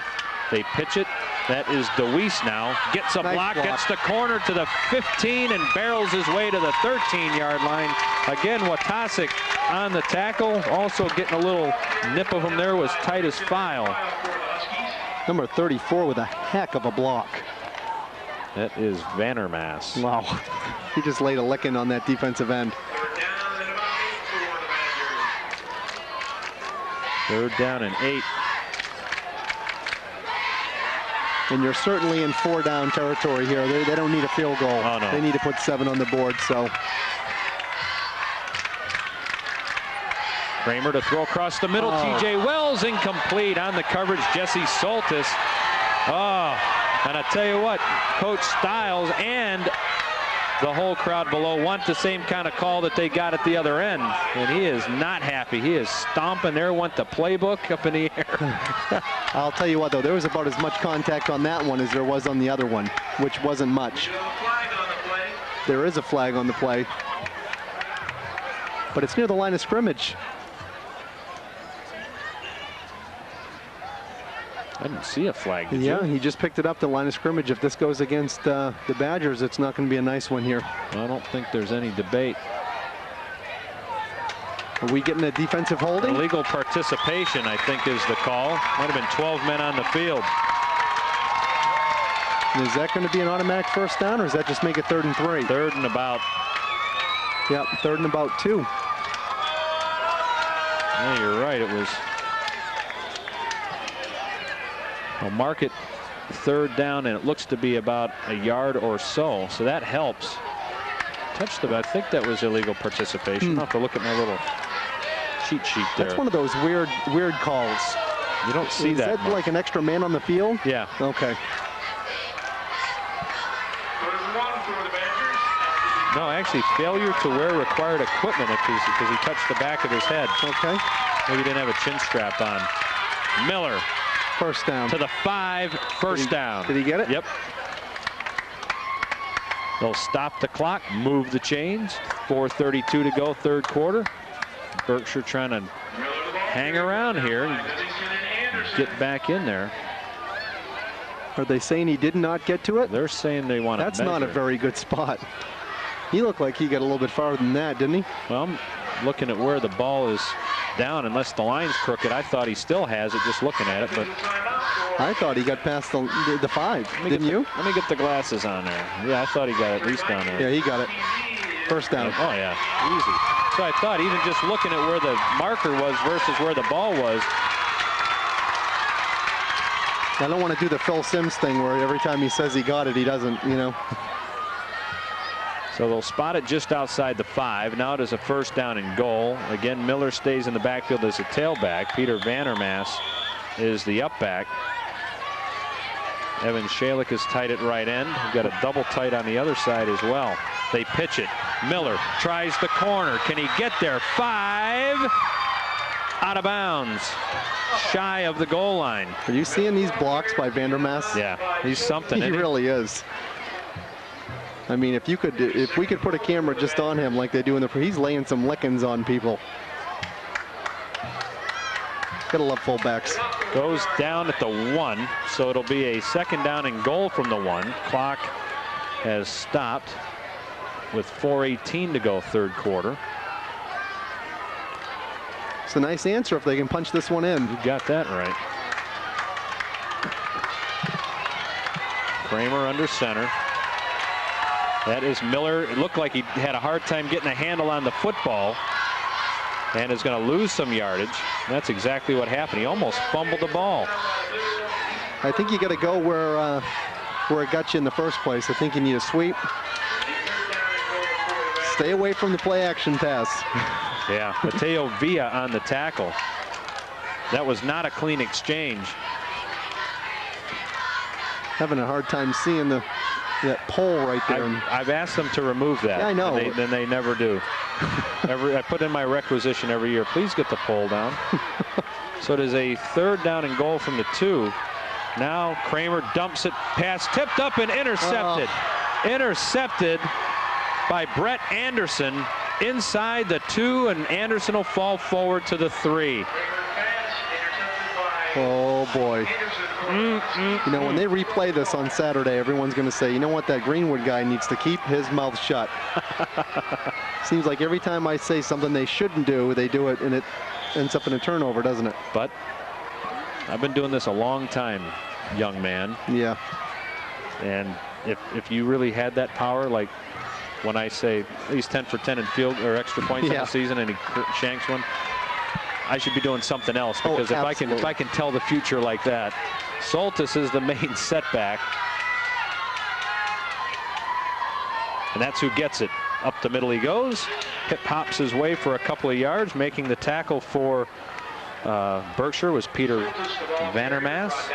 And you know, this isn't a comment against anybody in particular, but this is a difference between a team being 7-0 and a team being 1-6. Oh, it's the little mistakes like that you make down near the goal line. Well, turnovers. They kill you. They absolutely kill you. And that's what, the third turnover of the game, or is it the fourth? Third or fourth, yeah. Soltis again is in the backfield. He comes across the line. Vandermaas again grabs him by an ankle and trips him up. And once again, the crowd is completely out of it. When you brought him back in on that drive, and they're completely out of it once again. And for whatever reason, the clock is just not running. Not sure why that is. Well, they do keep the time on the field. Now they're running the clock. He just ran a couple plays there and the clock didn't move. Adams hands it off again to Soltis. And that time he's brought down by Corey Plimmel. This defense has got to be tired. And a lot of these kids play both ways, so they just got to be beat. Yeah, the only saving grace is it's a nice cool night, so. And they're at home. This would not be a fun game playing over there. No. 2nd down and 12. I'm sorry, 2:12 to go. 2nd and 6. Soltis again breaks a tackle across the 25 up to the 27. That's another first down. We'll stop the clock now to move the chains. Looks like Soltis here, and it's working. Yep. It is. And they're at the point now where why throw the ball, why stop the clock, just let's run it down. Under 2 minutes to go now, 3rd quarter.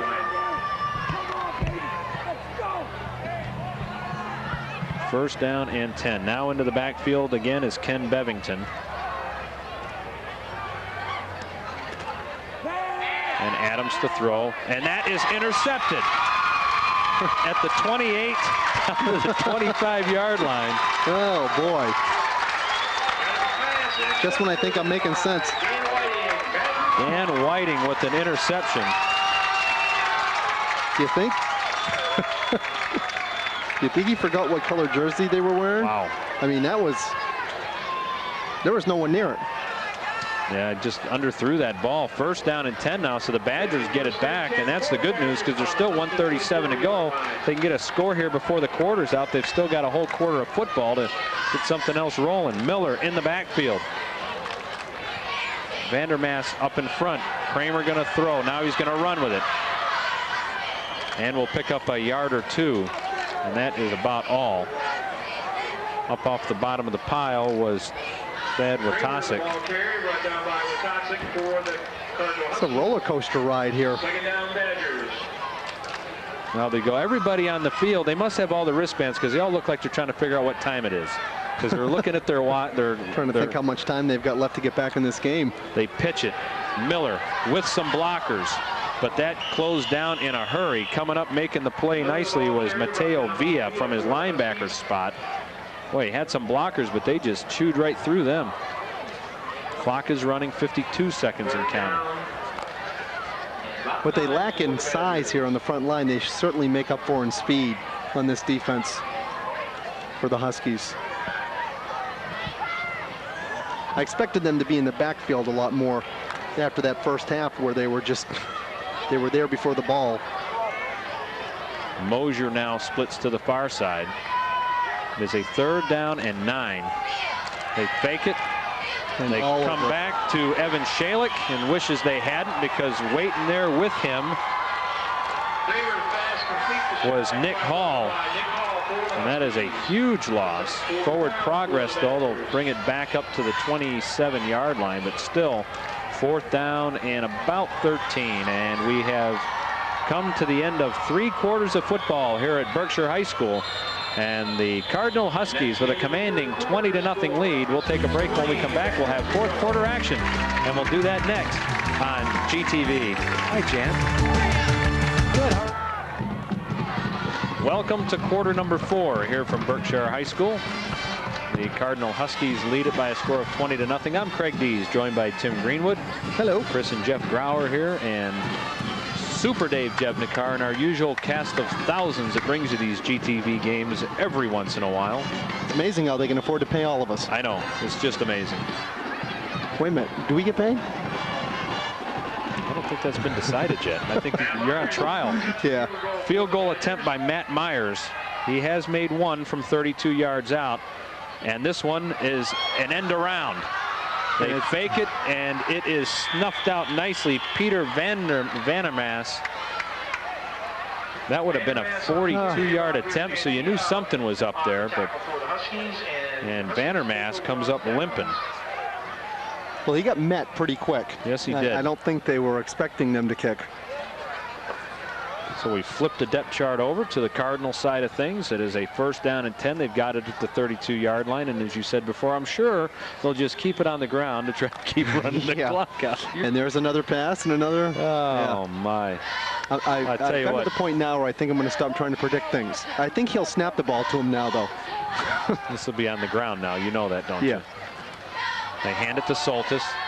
Jesse across the 35, keeps those legs churning to the 40-41-yard line. Tell you what, Eric Cardinal has really done a super job here with the Huskies. I mean, staring at the playoffs right dead in the eye, and it'd be really great for this school to be able to do it. Playoff history, nothing. 2nd down and 1 for the Huskies. And that's going to change. Yes, it will change. So it keeps getting better. 6-4 in 2000, 7-3 last year. Now sitting at 7-0. It's staring 8-0 right in the face. 2 big tests coming up next week and the week after. And here's a big run. There's a huge run, and that is Brian Bortkowski. And Bortkowski goes across the 40 of Berkshire down to the 36, maybe the 37-yard line. Just find it amazing where just moments ago it was 1st and goal on the 1 for the Badgers. Yep. And now look at it. Just like that. How this game can change so quickly. Fisher splits to the far side. Bortkowski is the wing. Here you see number 8. And they hand the ball to Soltis. And Soltis hops across the 30, spins to the 28-yard line before he is brought down. TJ Wells was there to make the tackle. He's got to be over 100 yards on the night, I would think. The one thing that we don't have with our cast of thousands, though, is a statistician. It's all right here in my head, man. Oh, boy. It's all right here in my head. Well, there's something there. This guy here, Adams, he's thrown for a whole bunch. And and Coltis, he's run for a bunch. Or Soltis, he's run for a bunch. 2nd down and a short 3. And that time it's Bevington. And Bevington will get to the 26-yard line, and that should be very close to a 1st down. He needed to get,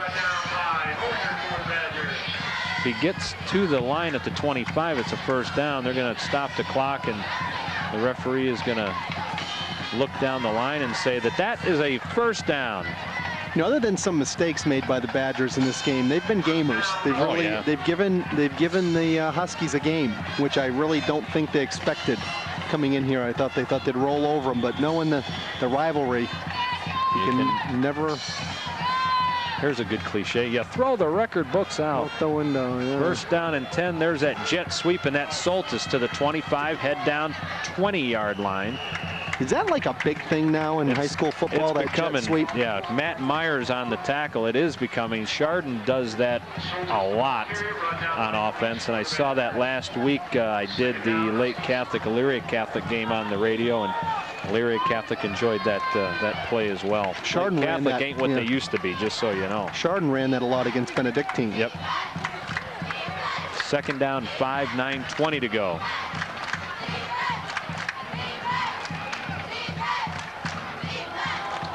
And that is Bortkowski. And he doesn't get much. Might have got the length of the football on the gain, and it'll be a 3rd down and about 5 still. Speaking of Chardon Benedictine. Yes. Ray Williams. Tough. He's very good. 300 yards in the rain, in the wind. He is a very good runner, and he's only a junior. Oh, what Write your own ticket. What a beast. Saw him play against Lake Catholic as well. He set a school record that week of 337 yards, which had just broken his school record that he broke the week before that at like 330. 3rd down and almost 5. Oh, to be young and talented. Long count by Adams. He'll drop back, pop pass across the middle. That ball is completed. Brett Anderson gets the 1st down inside the 10 to the 9. Speaking of Williams, they say he's a really nice kid too. You know, Art Bortnick at Benedictine expects that out of his young men, to be nice people. They'll spot it at the 9, so it's a 1st down and goal. 8:19 and counting. Bevington is in the backfield with Soltis. And it's Jesse Soltis. Brought down nicely there. Corey Klimmel made the tackle. This Badger defense has not made it easy. They've made them earn every score. Yep. First one of the game was the only easy score was the first one of the game in the first quarter. The rest of them they've earned. And this is an offense that scores over 33 points a ball game. And as we said, Berkshire gives up 27, so they're right about where they're. If Cardinal goes in here, be right about the average, but the offense has been non-existent tonight. Adams gonna roll, looks wide as open. a man, touchdown. That is Ken Bevington into the end zone for his 4th touchdown of the year. That's the 1st one through the air that he's caught, and now the Cardinal Huskies have extended that lead a little bit further. 26. And we're starting to see the crowd thin out a little bit. So Adams with his 2nd TD pass of the night. With 7:26 to go in the game.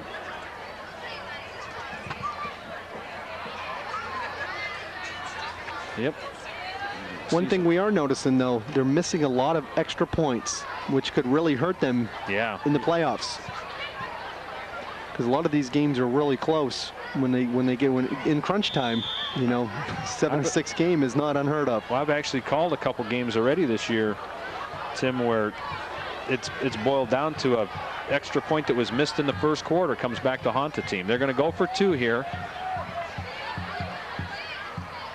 Soltis goes in motion. He takes that handoff, cuts back up the middle, busted at the line, but he stays on his feet and into the end zone for the 2-point conversion. He got drilled by Bruce Miller, but just bounced off of him and kept going into the end zone. And that's all well and good against teams that aren't as good, but you start getting against playoff caliber teams, missing extra points and having to go for 2, it's not going to cut it. Yep. So the Cardinal band on the far side whooping it up. They lead it 28-0. Now you're just playing for pride. Now if you're the Badgers, you want to get on the board. Try to not get shut out. Give the crowd something to whoop up on homecoming. Richard Wells and Miller back deep for the Badgers. Looking at the season, Cardinal hasn't pitched a shutout all season, and the Badgers were shut out last week at Newberry, 7-0, and that was it. That is it.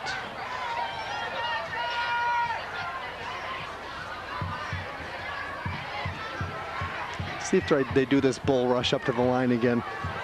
I'm waiting to see what this thing, that they've got to do something. I'm waiting for, well, like you said, them backing up a little bit and them squibbing it 10 yards and jumping on it. Yep, but again, that's totally up to that line. To, do you think these cheerleaders can reach all the way up here with these footballs? I don't know. But Chris, guard the camera. Take a football to the lens of the camera. Yeah, I'm trying to get us a football up here, Craig, but they're not reaching. We're going to cut it into 3 pieces. Oh! Titus, look out, Chris. Incoming. Titus filed to kick off. And he hammers it straight down the middle. Here's Miller. Again, 2 touchdowns on kickoff returns already, but not this time. He gets tripped up at the 20-yard line. Coming down to make the tackle was Kevin Baker. Tough to call a game when there's incoming. I tell you. I'm not so sure it's a good idea to be whipping footballs into the crowd when you're losing, because generally they end up back out onto the field. This is not a Browns game. No, it doesn't have to be a Browns game. Have you seen it? Oh, sure. You've been doing this for a while. Long time. Yeah. This is season number 17. First down and 10. That's why I just keep showing up every week. It's good. Up the middle they go. They're just afraid to tell you not to come back. I know. Hurt my feelings. Here's your watch. That was that was Miller. No, but I can't keep a job anywhere long enough to get the watch. It's 4 years here, 5 years there. I know the feeling. Once they get the hustle going and they figure out that it's going well, well, we better stop it. Yeah, well, Dave's the only guy. GTV, 9 years is my longest stretch with anybody.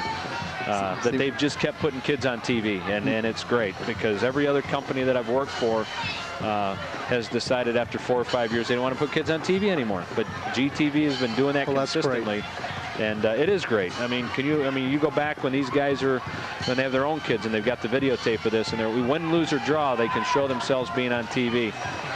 Kramer running for his life, nicely done, finds a receiver at the 25-yard line. I'll tell you what, he did a good job of keeping his head there.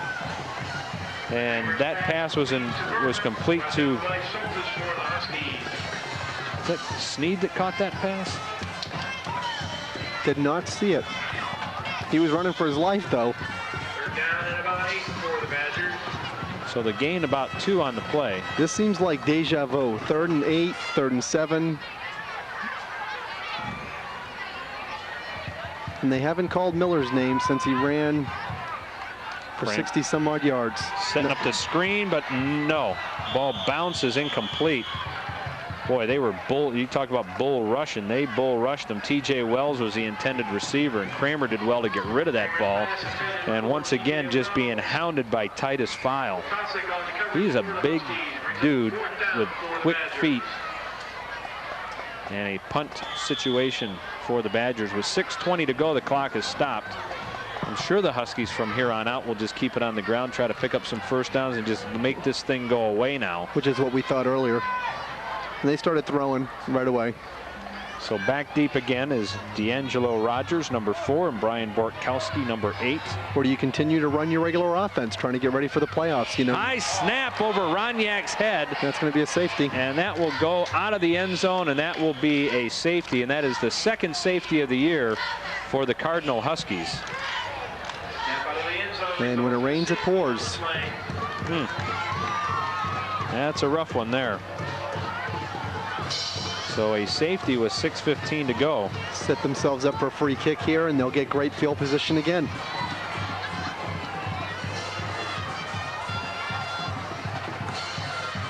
Wow. That's a shame there. It sailed a little bit, didn't it? Boy, and how. And it's a 6-footer back there, so it's not like you got a little guy back there, you know.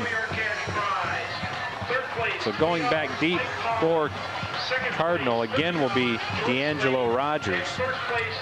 And they'll also send back there again Borkowski. I'm going to say this is going to be a punt, so he's a little deep, isn't he? And they kick it from the 20, I think. Yeah, from the 20. He's a little deep. Yep. And also going back there for the Huskies is Ken Bevington. Actually, you know what? They can kick it from a tee. But it is a free kick. I did not know that. Yes, in high school football. I saw that just last week, as a matter of 2 weeks ago. Learn something new every day. It's starting to get a little chilly, isn't it? It's nice. I refuse to put my jacket on. It's too nice.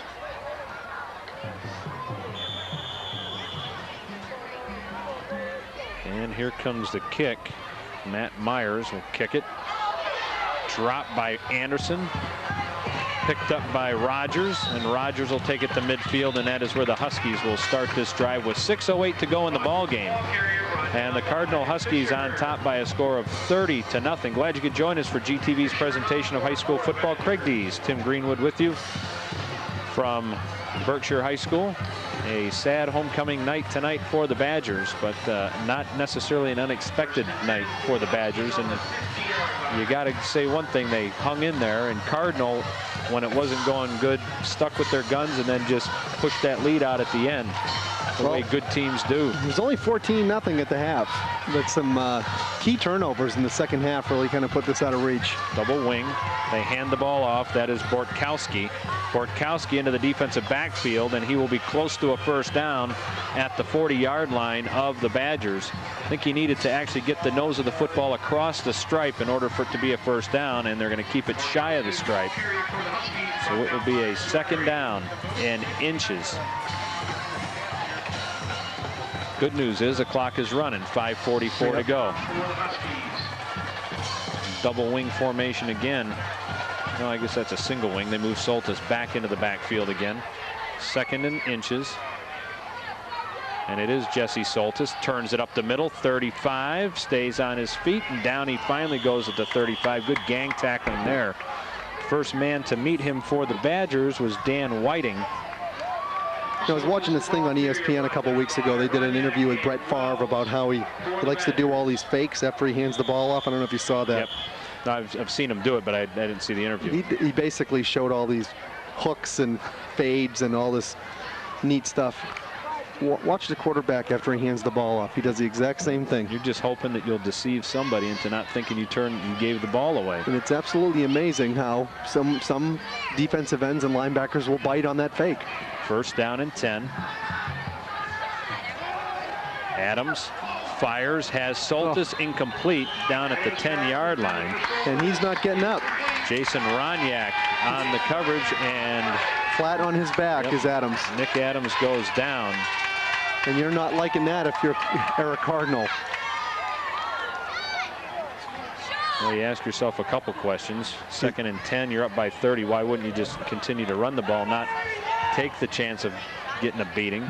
He lost something. Must have been his mouth guard out of his mouth. He got rocked pretty good there. Second, now you stop the clock on the incompleted pass at 4:55 to go. Thirdly, why don't you take your quarterback out of the game and give someone else a chance in there right now, knowing that you've got the game well in hand, risking an injury? Yeah, that's the only thing. Risking the injury is the biggest thing. Second down and 10. They hand the ball off. That's Bortkowski. And Bortkowski goes up to the 30-yard line, so he'll pick up almost 5. Clock will run, 4:45 to go.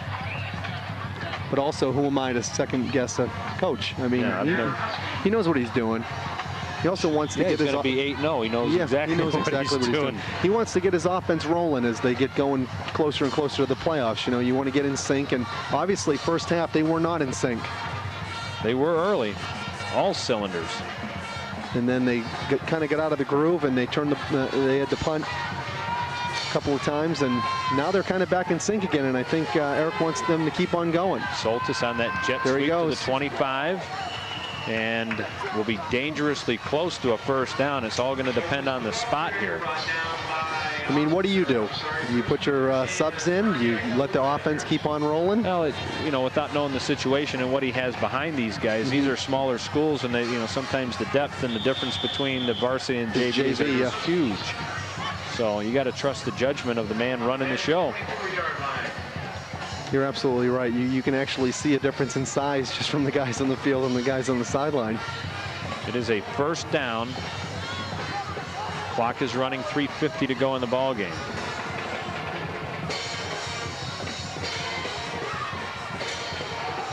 Straight up the gut they go, and it is Soltis. Ooh, boy, is he what a tough runner, huh? He just does not give up. And a flag. Here comes a flag. We might have a late hit. He just laid a licking on that defensive back. I was just about to say, we have not seen a whole lot of flags today. Dead ball foul, personal foul against the offense. That may have been Soltis taking offense to that hit. Wow. But we have not seen, this has been a fairly penalty-free ball game. You know, and actually Cardinal on the season, again, for those who just love numbers, about 29.2 yards per ball game in penalties they commit. How many gallons of Gatorade do they drink during the game? I don't know. Their opponents are about 38.5 penalties per ball game. It's not a lot. No. No, it's, I mean, penalty-free ball. They will move it all the way back to the 33-yard line. That'll make it a first down and 19. That was a dead ball foul after the play, so the first down counts, and then they'll shove it all back. He must have given somebody a stiff. Actually, you know what? It was from the spot of the foul, they'll move it back, I think. It's an odd spot now that I'm looking at it. Looked like he gave a licking to that defensive back and then either said something or gave him another shot afterwards. Maybe kept going with it. They'll wind up the clock. 3:33 and counting. And that is Bevington. And Bevington got back to the line of scrimmage and no further. And the clock continues to roll. Yes, it does. Bevington, the ball carrier. I'd like to thank you all again for watching tonight. It was a good ball game there for about 2.5 or almost 3 quarters. And the Badger defense just ran out of gas, and the Cardinal offense started getting it back going again. And they'll both finish right about their average of points scored versus points given up. And this will be the first shutout pitched by the Cardinal Huskies if they can hang on. And when is this going to be on? If you're watching it at noon, we'll be back at 3. If you're watching it at 3, we'll be back at 6. If you're watching it at 6, we'll be back at 9. We're like a rash that keeps coming back. There's a blitz. And down goes Mr. Adams in the arms of Dan Nellis. Going to give credit to this defense. They have played really hard tonight. They have not given up. You're right. No, They've been given, and Cardinals been given some pretty darn good field position.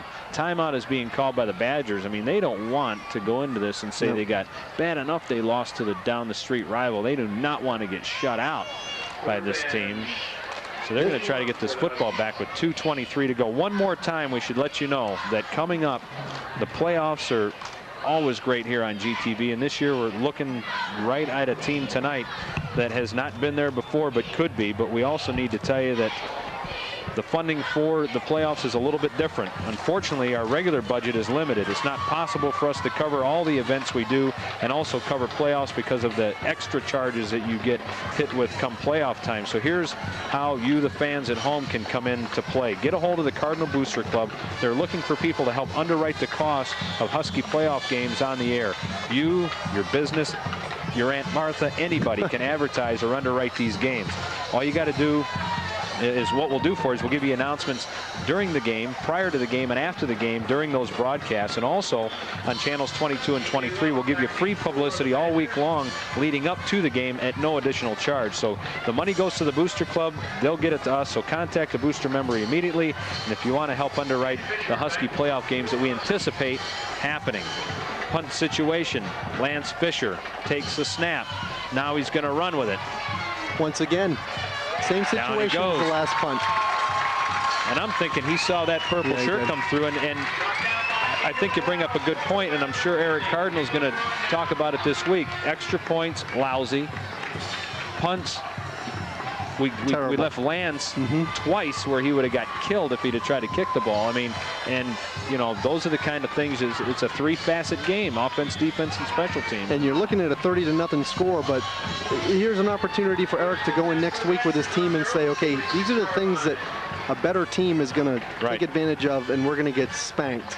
So, you know, lessons learned, hopefully. First down and 10. Ball at the 46-yard line. Kramer to throw. T.J. Wells had it and dropped it just shy of midfield. Clock will stop. 2:13 to go. But this is also a good thing for the Badgers, too. They're a young team.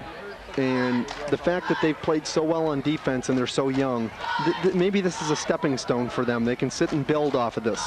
You know, the score doesn't show how hard they've played. And you've got an opportunity to run your 2-minute drill here on offense in hopes of busting up the shutout. Here come the Badgers to the line. T.J. Wells to the near side. Evan Shalick to the far side. Second down and 10. Kramer fires. That's Wells. Hook and lateral into Miller's hands. And Miller to the 40, to the 30, to the 20, to the 10, to the 5. Touchdown, Badgers! Badgers. The hook and lateral. Are you kidding me? How about that one, pulling out all stops to try to get in the end zone? And you give it to one of the fastest men on the field, and down the stretch they come. Okay, the play action pass from the 1 doesn't work, but the hook and ladder does. And there goes the shutout. How about that? See, now that is an attention getter there if you're a Badger fan. And that was absolutely worth it to the folks that stayed to watch the end of the game. Good for them. Myers in for the attempt at the extra point. So that was a pass and lateral back to Miller, who scampers in. Myers in to attempt the PAT, and the kick is into the yard behind the field. Do they get to keep the ball? I don't know. Throw it back. Throw it back. So with 2:02 to go in the ball game, it is a 30-7 lead. Boy, the hook and lateral. I've seen that unbelievable. Obviously over the years. You weren't in town for this yet, but a game, it was a state final game. Chardon Hilltoppers, about, I want to say 97, 98. And my dates got all messed up. 45 seconds to go in the game. Chardon's winning. And the team they're playing runs a hook and lateral. And Scott Mackar gets to the lateral man who is pitching the ball back about a split second too late. As he just got rid of the ball, he got hammered into the guy sprinting down the sideline, and that's how they lost the state championship game. Yep. Oh, yes way. I was there. I saw. Oh, wow. Oh, you talk about a long ride home from Paul Brown Stadium in Massillon that night for the Hilltoppers, but my, oh my. Well, how about that? That's good for the Badgers. That's Mike Stiles pulls one out of the archives there and does not go down without a fight. And now they will give the onside kick a shot, and why not? Can you score 24 points in 2 minutes? You never know. Matt Myers.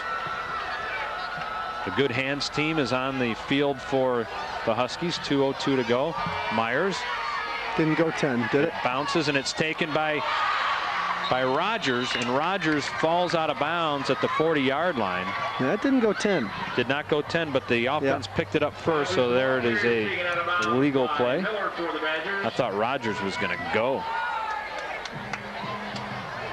Seen a lot of onside kicks in all facets of football. Seen it at high school level. You saw it at the pros a couple times with the Browns. Different ways of doing the onside kick. That was one where he's thumping it and waiting for the high bounce and hoping it becomes a jump ball situation. Did you see the one last weekend where the kicker?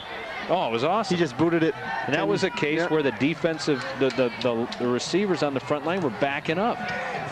Because Dawson was 12 yards past, you know, before he jumped on it. First down and 10. You gotta love football.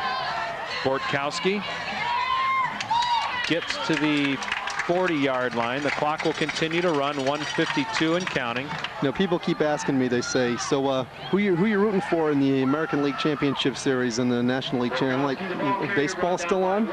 It's football season, baby. I don't care about all that stuff. Into the game for the Badgers is Corey Benisi, who used to be my next door neighbor. I saw the roster and I wonder if that's the same Corey, because we all used to live in Willowwood.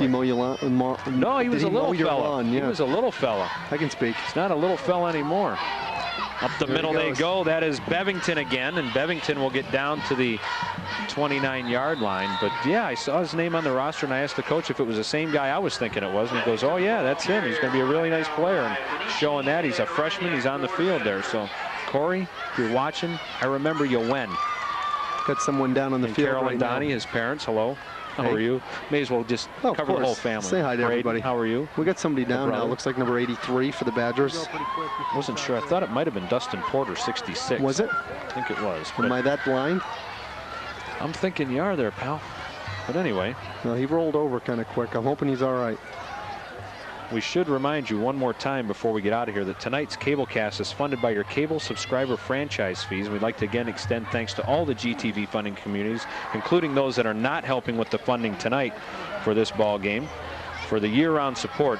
Every time you see something on GTV, whether it be a concert or a play or a show or a football game, it is because of those subscriber franchise fees from Burton Township, Burton Village, Chardon Township, Chardon Village, Hamden Township, Middlefield Village, and Munson Township. We're thrilled to be able to continue to bring you local public service programming with a special emphasis on those communities.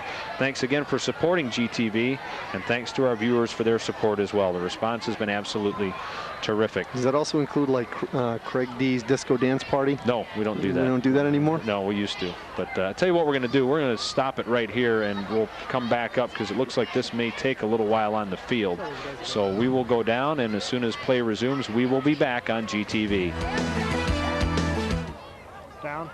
Well, it was Dustin Porter that they are helping off to the sideline and sitting down on the bench right in front of us, and it looked like the right leg of some sort that he was not being able to put any weight on. 3rd down and a yard to go. There's only 1:13 to go in the game. Time is rolling. We do have a new quarterback into the game. Ben Reed is now in for the Huskies, and he hands it to Bevington. Wide. Straight up the middle he goes, inside the 20, stays on his feet to near the 15-yard line, and that will be a 1st down. 57 seconds to go. Now, do they do the right thing and just kneel down on it, or do they try to push it in the end zone? It depends on if he brings some more young kids in. Bevington's still in the game, who's had a lot of carries. We'll just see what he wants to do. It's a good-looking young team. I've never been a proponent of, I mean, maybe in this situation, yeah, you take a knee, but I mean, you let the kids win, especially if you get fresh people out there. Young kids, yeah. Yeah, they're going to kneel down, I think. 1st and 10. Yeah. And there's the knee by Ben Reed. Clock will run, 38 seconds to go. It'll be time for one more play. Well, Mr. Greenwood, it was a pleasure doing business with you. It was fun. Anytime you can be out on a Friday night and watch football and hang out with you. Or a Saturday night, or a Saturday after. Or, you know what? There was a Sunday at 2 o'clock in the morning. I don't care. Football's football. I think it was week 2 when Sydney was in at Chardon. I went out there because I was doing Chardon the following week, and I wanted to scout. It was a Saturday. I'd done a game on the radio Friday night. I went to a JV game on Saturday morning, shot over to Chardon to see the varsity game in the afternoon, then broadcast a game again on Saturday night. So it was quite a day, but there's no better place that I'd rather be as this one winds down and comes to an end. So congratulations to Eric Cardinal and his Huskies as they have defeated the Berkshire Badgers by a score of 30-7. The Huskies move to 8-0. Man, that's awesome. And the Berkshire Badgers fall to 1-7, but it wasn't without a fight and wasn't without showing that, you know, this young team is a scrappy one, Tim, and I think will be heard of hopefully by next year. You would think so. You would think so. The way their defense stepped up and they didn't get down after going down 14-0 in the first quarter, and they showed they had a little bit of guts and a lot of heart. Yep. And for Eric Cardinal, one more step closer to the playoffs and a conference title as well. So congratulations to the Huskies. Well, it's been our pleasure being here with you tonight on GTV. For Chris Grau and Jeff Grau and our executive producer Dave Jevnikar and my partner Tim Greenwood, I'm Craig D saying so long from Berkshire High School. The final once again, the Cardinal Huskies 30, the Berkshire Badgers 7. We will talk again next week from Chardon High School as the Madison Blue Streaks invade Memorial Field. And we look forward to being with you. John Walsh and myself will be there for that one. So until we meet again, please be safe, everybody. Have yourself a great weekend. We'll talk again next week. Good night, everybody.